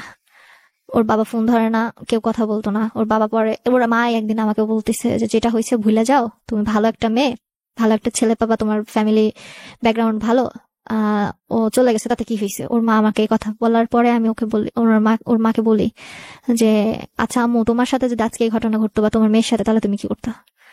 বললো যে কি করতাম, কিছুই না, সবকিছু ভুলে যেতাম। তাই বললাম যে তোমার ছেলে আমার সাথে এতটুকু করছে, অন্য কোনো মেয়ের সাথে যদি এর থেকেও গভীর কিছু করে তখন কি হবে? তখন বললো যে ওর মা আমাকে একটা কথা বলে যে দই মনে করে চুন একবার খাইছি, তাই বলে কি চুন বারবার খাবো, এরকম করে বলে। তখন আমি আর কোনো কথা বলি না। আমি আবার ওরকম কোভিড সিচুয়েশন, যার জন্য জবলেস, সবকিছু এটিয়ে বাসায় এরকম বসে থাকি। বাসায় বসে থাকার কারণে এরপর যেটা হয়, ওরকম বাসায় থাকি আমি, আস্তে আস্তে আরো টেনশনে শেষ হয়ে যেতে থাকি। এরপর হঠাৎ করে দেশের বাহিরে একটা সুযোগ আসলো, দেখলাম যে এইদিকে আমার বাবারও যেহেতু সবকিছু শেষ হয়ে গেছে, সর্বোচ্চ হারিয়ে ফেলছে, কোনো কিছু নাই আর, একদম শূন্য। মানে এতটা পূর্ণ ছিলাম, সেখান থেকে এতটাই শূন্য হয়েছে। একদিন আমার আম্মু বলেই বসলো যে আমি ছিলাম রাজ্যের রানী, আজকে সব হারিয়ে আমি ভিখারিনী। তো খুব কষ্ট পেলাম কথাটা শুনে, যে আমার আম্মু এরকম একটা কথা বললো। এখন আমাদের এমন একটা পরিস্থিতি হয়েছে যে নুন আনতে পান্তা ফুরায় যায়, এরকম একটা অবস্থা, যেখানে সবকিছু ছিল, গাড়ি বাড়ি, কোনো কিছুর অভাব ছিল না। বাবার এই বিজনেসের জন্য সবকিছু হারিয়েছি। তো এরপর যেটা হয়, বাবার যে বিজনেসটা ছিল, আর আমার বাবা এমন একটা সৎ প্রকৃতির মানুষ, সেটা হলো একজন একটা কথা বলছিল যে ভাই, আপনি যদি একটা বিজনেস করেন, ওই বিজনেসটাতে কোনোদিনও আপনি অভাবের মুখ দেখবেন না, বিজনেসটা করেন। তো আমার বাবা একদিন বললো যে ঠিক আছে, আমি একদিন দেখতে চাই। বাবা তখন ওখানে টাকাও ইনভলভ করে ফেলে। পরে বাবা একদিন ওখানে যায়, দেখে যে ওখানে হারাম ভাবে টাকা উপার্জন হয়, মানুষকে লোক ঠকিয়ে। তখন আমার বাবা বলল যে আমি আমার সন্তানদেরকে নিয়ে, আমার ওয়াইফকে নিয়ে 3 বেলা জায়গায় দরকার হয় 1 বেলা খাবো, তারপর আমি হারাম কাজ করতে পারবো না, লোক ঠকানোর কাজ আমি করতে পারবো না। আমি চাই না ভাই, আমার টাকাগুলো আমাকে ফেরত দিয়ে দিও, যেদিন পারো সেদিন দিও। তো এরপর বাবা আরো অন্যান্য বিজনেস ধরে। বাবা এমন একটা মানুষ যে 7 চরের র কাটে না, আর আল্লাহ তাআলাকে সে প্রচুর ভয় পায়। সে 5 ওয়াক্ত নামাজ পড়ে। ইনফ্যাক্ট আমরা নামাজ, কোরআন শরীফ এগুলো না পড়লে সে আমাদের সাথে কথা বলে না, একসাথে খেতে বসে না। তো সেই মানুষটা এত আল্লাহ ভক্তি যার ভিতর, সেই মানুষটা যে সবকিছু হারিয়ে যাবে এটা কোনোদিনও ভাবেনি। আমার বাবা কোনোদিনও একটা টাকা বাজে ভাবে উপার্জন করে নাই। যদি উপার্জন করতো তাহলে সেই ব্যক্তি কোনো এভাবে বলতে পারতো না ওই লোকটাকে যে আমার পক্ষে হারাম খাওয়া সম্ভব না, লোক ঠকিয়ে। সে যদি টাকার লোভ থাকতো আর আল্লাহকে না ভয় করতো, তাহলে ঠিকই সেই ব্যবসাটা সে করতো। তো যাই হোক, এরকম বাসায় বসে আছি। এদিক বোনের চোখের অবস্থা অনেক খারাপ হইতে থাকে, এদিকে আমি জবলেস, জব পাচ্ছি না, কোভিড সিচুয়েশন, কি করবো না করবো বুঝে উঠতে পারছি না। এর ভিতরে হঠাৎ করে বাহিরে ইন্ডিয়াতে একটা অফার দেখি যে এখান একটা জায়গা আছে, মানে অ্যাভিয়েশনের, সেখানে স্টাডি করলে ওরা জব কনফার্ম করে দেয়। তো তখন আমি বাবাকে বললাম যে বাবা কি করা যায়? তো বাবা বললো যে ঠিক আছে। তুমি স্টাডি করবা ওখানে, তারও যেহেতু তোমার আমাদের রিলেটিভ আছে, তো ওদের কাছে শুনে দেখি। তো তারপর ওনাদের মাধ্যমে আর কি অফারটা জানতে পারি। তো তখন সে বললো যে ঠিক আছে ভাইয়া, আপনি টেনশন করেন না, ওর যা কত খরচা দিয়ে আছে সব আমি দেখবো। বাবা তখন এভাবে বলেও বসলো, দেখ আমি আমার মেয়েদেরকে বিয়ে দিব, সেই টাকাটাও কিন্তু এখন আমার কাছে নাই, আমি কিন্তু ওর একটা টাকাও খরচ দিতে পারবো না, তুই যদি মেয়েকে খরচ দিয়ে পড়াইতে পারিস তো তুই মেয়েকে নিয়ে যা, নাই তো বা দরকার নাই। তো পরে বলো না ভাইয়া আমি ওকে পড়াবো, ওর জীবনে এরকম একটা ঘটনা ঘটছে, ও একটা কিছু করুক, আমরা তো সেটাই চাই, ওর জীবনটা ও সাজাক, ও কিভাবে মরার মতো পড়ে থাকে, ও এটা করে ওটা করে, এরকম কথাবার্তা হতে থাকলো আমার সেই রিলেটিভস এর সাথে। তারপর এক পর্যায়ে আমি অ্যাডমিশন দিলাম, চান্স পেলাম, ওখানে যে আমি বেশ কিছুদিন স্টাডিও করলাম। আর এদিকে আমি রাজি হলাম এই জন্য যে আমার টার্গেট ছিল আমি ওখানে যাই স্টাডি করব, স্টাডি করলে আমার জব কনফার্ম, আমি ওখান থেকে জব পাওয়ার পর যত দিন আছে সবগুলো শেষ করব। আর আমার বোন এতটাই অসুস্থ যে লাস্ট মোমেন্টে এখন এমন একটা পর্যায়ে আসছে যে যেখানে কিনা ডক্টর বলেই দিয়েছে, বাংলাদেশের ডক্টর, ওখানে আর নিতে পারছি না টাকার এসের জন্য। তো তখন যেহেতু অর্থের অভাব আছে, তো তখন আমি আমার প্ল্যান করলাম যে আমি আমার বোনকে ডাক্তার দেখাবো, চাকরি পাওয়ার পরে আমি আমার বোনকে ডাক্তার দেখাবো, আবার বাইরে নিয়ে যাব। তো তখন এর ভিতরে আরেকটা জিনিস বলি, সেটা হচ্ছে আমার বোনের যে বর্তমান অবস্থা, বাংলাদেশের ডক্টর বলে দিয়েছে যে ও যদি কখনো চোখে আঘাত পায় ও কোনোদিনও চোখে দেখতে পাবে না, সেটা হতে পারে একটা অন্যার আঘাত বা নর্মালি একটু ছোঁয়া, যেটাই লাগুক, আনফর্চুনেটলি যদি কোনো কিছুর আঘাত লেগে যায় ও আর কখনোই চোখে দেখবে না। তো ওটা শোনার পর থেকে আমার এতটাই খারাপ লাগতে থাকে, আর আমি টার্গেট এটাই রাখি যে আমার যে করে হোক অনেক টাকা ইনকাম করতে হবে, আমার বোনকে ডাক্তার দেখাইতে হবে। আর আমার বাবার কষ্টগুলো আমি নিতে পারছিলাম না, যে মানুষ কোনোদিনও বাড়িতে কিভাবে ধান চাষ করে বা কোনো কিছু চাষাবাদ বা যেটাই গরু পালন হোক বা যেটাই হোক কোনো কিছু করে না, সেই মানুষটা বাড়িতে সেইভাবে ভূতের মতো বেগার ঘাটতে থাকে। তারপর আমার আম্মুকে আমি কোনোদিনও যেসব কাজ করতে দেখিনি বিগত 30 বছরে, আমার আম্মু সংসার জীবনে কোনোদিনও যেসব কাজ করেনি সেসব কাজ করতে থাকে, আমি এগুলো নিতে পারি না। আর যেহেতু আমার একটা ভাই নেই, চোখের সামনে এগুলো দেখে আমি আর নিতে পারি না। তো আমি ওখানে যাই স্টাডি করতে, বেশ কিছুদিন স্টাডি করি। এরপর হঠাৎ করে আমি দেশে আসি, আসার পর আর তারা আমি যাদের কাছে থাকলাম আমার ওখানে আমার রিলেটিভরা আমার সাথে বিশেষ করে মিসবিহেভিয়ার শুরু করলো, আমাকে পড়তে দিত না, বাসায় কাচের বুয়ার মতো রাখলো, সবকিছু এটিয়ে করলো। এরপর আমি কোথায় যাব কি করব কিছু বুঝে উঠতে পারছিলাম। তারপর আমি দেশে আসলাম, দেশে আসার পর এমনকি আমাকে খাওয়া দাওয়ারও কষ্ট দিত, সব কাজ করতাম এরপর খাওয়া দাওয়ার কষ্ট দিত, তারপর বিভিন্ন ধরনের কথা শোনাতো। তারপর হচ্ছে এরপর আমি বাংলাদেশে যখন আসলাম, আসার পর আমি আর ওখানে যেতে পারি না আর্থিক প্রবলেমের জন্য। তো এখন আমার কথা হচ্ছে এত কিছু যে আমার জীবনে ঘটে গেল, এখন আমি কোথায় যাব, কি করব, এখন আমার কি করণীয় ভাইয়া, আমার এটাই আমি জানতে চাচ্ছিলাম। আর আমি নিজেও জানি না যে আমার থেকে মানুষ আজকে এত কিছু শোনার পর কতটুকু ওরা নিজেকে শক্ত করতে পারবে বা জানতে পারবে। আই থিঙ্ক না পারছি নিজের স্টাডি, এখন এমন একটা অবস্থা হয়েছে যে যেখানে আমি স্টাডি করতে গেলে আমার বোনের স্টাডি অফ করতে হবে, আমার বোন স্টাডি করতে চাইলে আমার স্টাডি অফ করতে হবে। আর সবচেয়ে বড় কথা যে এখন ওর চোখ দুটোকে নিয়ে অনেক টেনশনে আছি, আর আমি ওইদিকে যাচ্ছি আমার স্টাডিটা করতে। এখন কোথায় যাব, কি করব, কোনো সলিউশন পাচ্ছি না। তো এখন কি করা উচিত আমার ভাইয়া, কাইন্ডলি আমাকে এটা একটু বলবেন। অলরাইট, শুনছি আমরা জুথির জীবনের গল্প, ভালোবাসার গল্প, যেভাবেই বলি না কেন ওর কিছু প্রশ্ন রয়েছে, ও এখন কি করবে, এবং এই প্রশ্নের উত্তর আসলে এই হট সিটে বসে দেওয়াটা খুবই ডিফিকাল্ট। কারণ আমরা একটা মানুষকে যখন আমরা তার জীবনের গল্পটা শুনি বা তার ভালোবাসার গল্পটা শুনি, তখন আমরা কিন্তু খুব দ্রুত সময়ের মধ্যে অনেক কিছু শুনে ফেলি, এর ভেতরে হয়তো আরো অনেক ঘটনা প্রবাহ রয়েছে। যদি কিছু প্রশ্ন আমাদের মাঝখানেও আছে, একদম সহজভাবে যদি বলি যে এই মুহূর্তে আপনার ফ্যামিলির সিচুয়েশনটা কি? এই মুহূর্তে আমার ফ্যামিলির অবস্থা এতটাই খারাপ যে যেখানে আমার বোনটা এতটা অসুস্থ থাকার পরেও না পারছি ওকে ডক্টর দেখাতে। আবার ওর খুব ইচ্ছা, যেহেতু ওর যেদিন থেকে আর কি চোখে সমস্যা, অনেক আগের থেকে ইচ্ছা হয়তো নিউরোলজিস্ট হবে নয়তো আই স্পেশালাইজড হবে। আর ওকে যখনই ডক্টরের কাছে নিয়ে যেতাম, ডক্টরের কাছে গিয়ে বলতো যে আঙ্কেল আমি কি কোনোদিনও চোখে দেখবো না। তো এখন সায়েন্স ডিপার্টমেন্টে পড়ছে, তো আবার এদিকে আমিও চাচ্ছি নিজে স্টাডি করতে। এখন এমন অবস্থা হয়েছে যদি আমি স্টাডি কন্টিনিউ করি তাহলে ওকে স্টপ হতে হবে, আর ও যদি স্টাডি কন্টিনিউ করতে চায় তো আমাকে স্টপ হতে হবে। আর আমি বর্তমানে যে স্টাডিটা করছিলাম, যে আমার টার্গেট ছিল যে এখান থেকে আমি ওই যে প্রথমেই তো বললাম যে আমি এখান থেকে জব পেয়ে গেলে আমার ফার্স্ট ফোকাসটা থাকবে এটাই যে বাবার যা কিছু আছে প্রত্যেকটা লোন টোন যা কিছুই হোক না কেন সব পরিশোধ করিয়ে আমি আমার বোনকে আগে চিকিৎসা করাবো। কিন্তু হ্যাঁ। এখন এমন অবস্থা হয়েছে যে আমি না পারছি, কারণ বেকারত্বটা এখন অনেক বড়। আর আমি যে জায়গাটাতে আছি এই জায়গাটা থেকে ইজিলি আমি জব পেয়ে যাব, কারণ আমার ইনস্টিটিউটই জবটা অ্যারেঞ্জ করে। তো এখন আসলে কোথায় যাব, কি করবো, এটা তার মানে বুঝে উঠতে সবার আগে পারছি এই না। মুহূর্তে আপনার পড়াশোনাটা কমপ্লিট করা দরকার। জি ভাইয়া। কারণ আপনি যদি সেটা কমপ্লিট করতে পারেন তাহলে আপনার জবটা ঠিক হবে, আর জবটা যখন হবে তখন আপনার এই সমস্যাগুলো আস্তে আস্তে দূর হ্যাঁ, হবে। জি ভাইয়া। রাইট। সো আপনার পড়াশোনাটা থমকে আছে কেন? পড়াশোনাটা থমকে আছে ভাইয়া আর্থিক প্রবলেমের জন্য, কারণ বাবার অবস্থা খুবই খারাপ। বাবা যে আরেকটা মানে কোনো লোন নিবে বা কোনো কিছু, সেটা যে পরিশোধ করার ক্ষমতা, সেই ক্ষমতাটুকু বাবার এখন বড় হঠাৎ নাই। করে এই এত বড় ধসটা কিভাবে হলো? এত বড় ধস ভাইয়া, যে কিছুক্ষণ আগে আমি বলেছিলাম যে বাবা ঢাকাতে হঠাৎ করে আসে, বিজনেস শুরু করে। মানে ওই ব্যবসা থেকেই হ্যাঁ, সমস্যাটা তৈরি ব্যবসাটা হয়? থেকেই হঠাৎ করে মানে বাবা হচ্ছে অনেক আল্লাহ ভক্ত, তো বাবা মানে দেখে যে ব্যবসাটাতে হচ্ছে হারাম, মানে একজনের মাধ্যমে Okay. সে ব্যবসার এটা জানতে পারে। তো তখন বাবা বলে যে আমি আমার বউ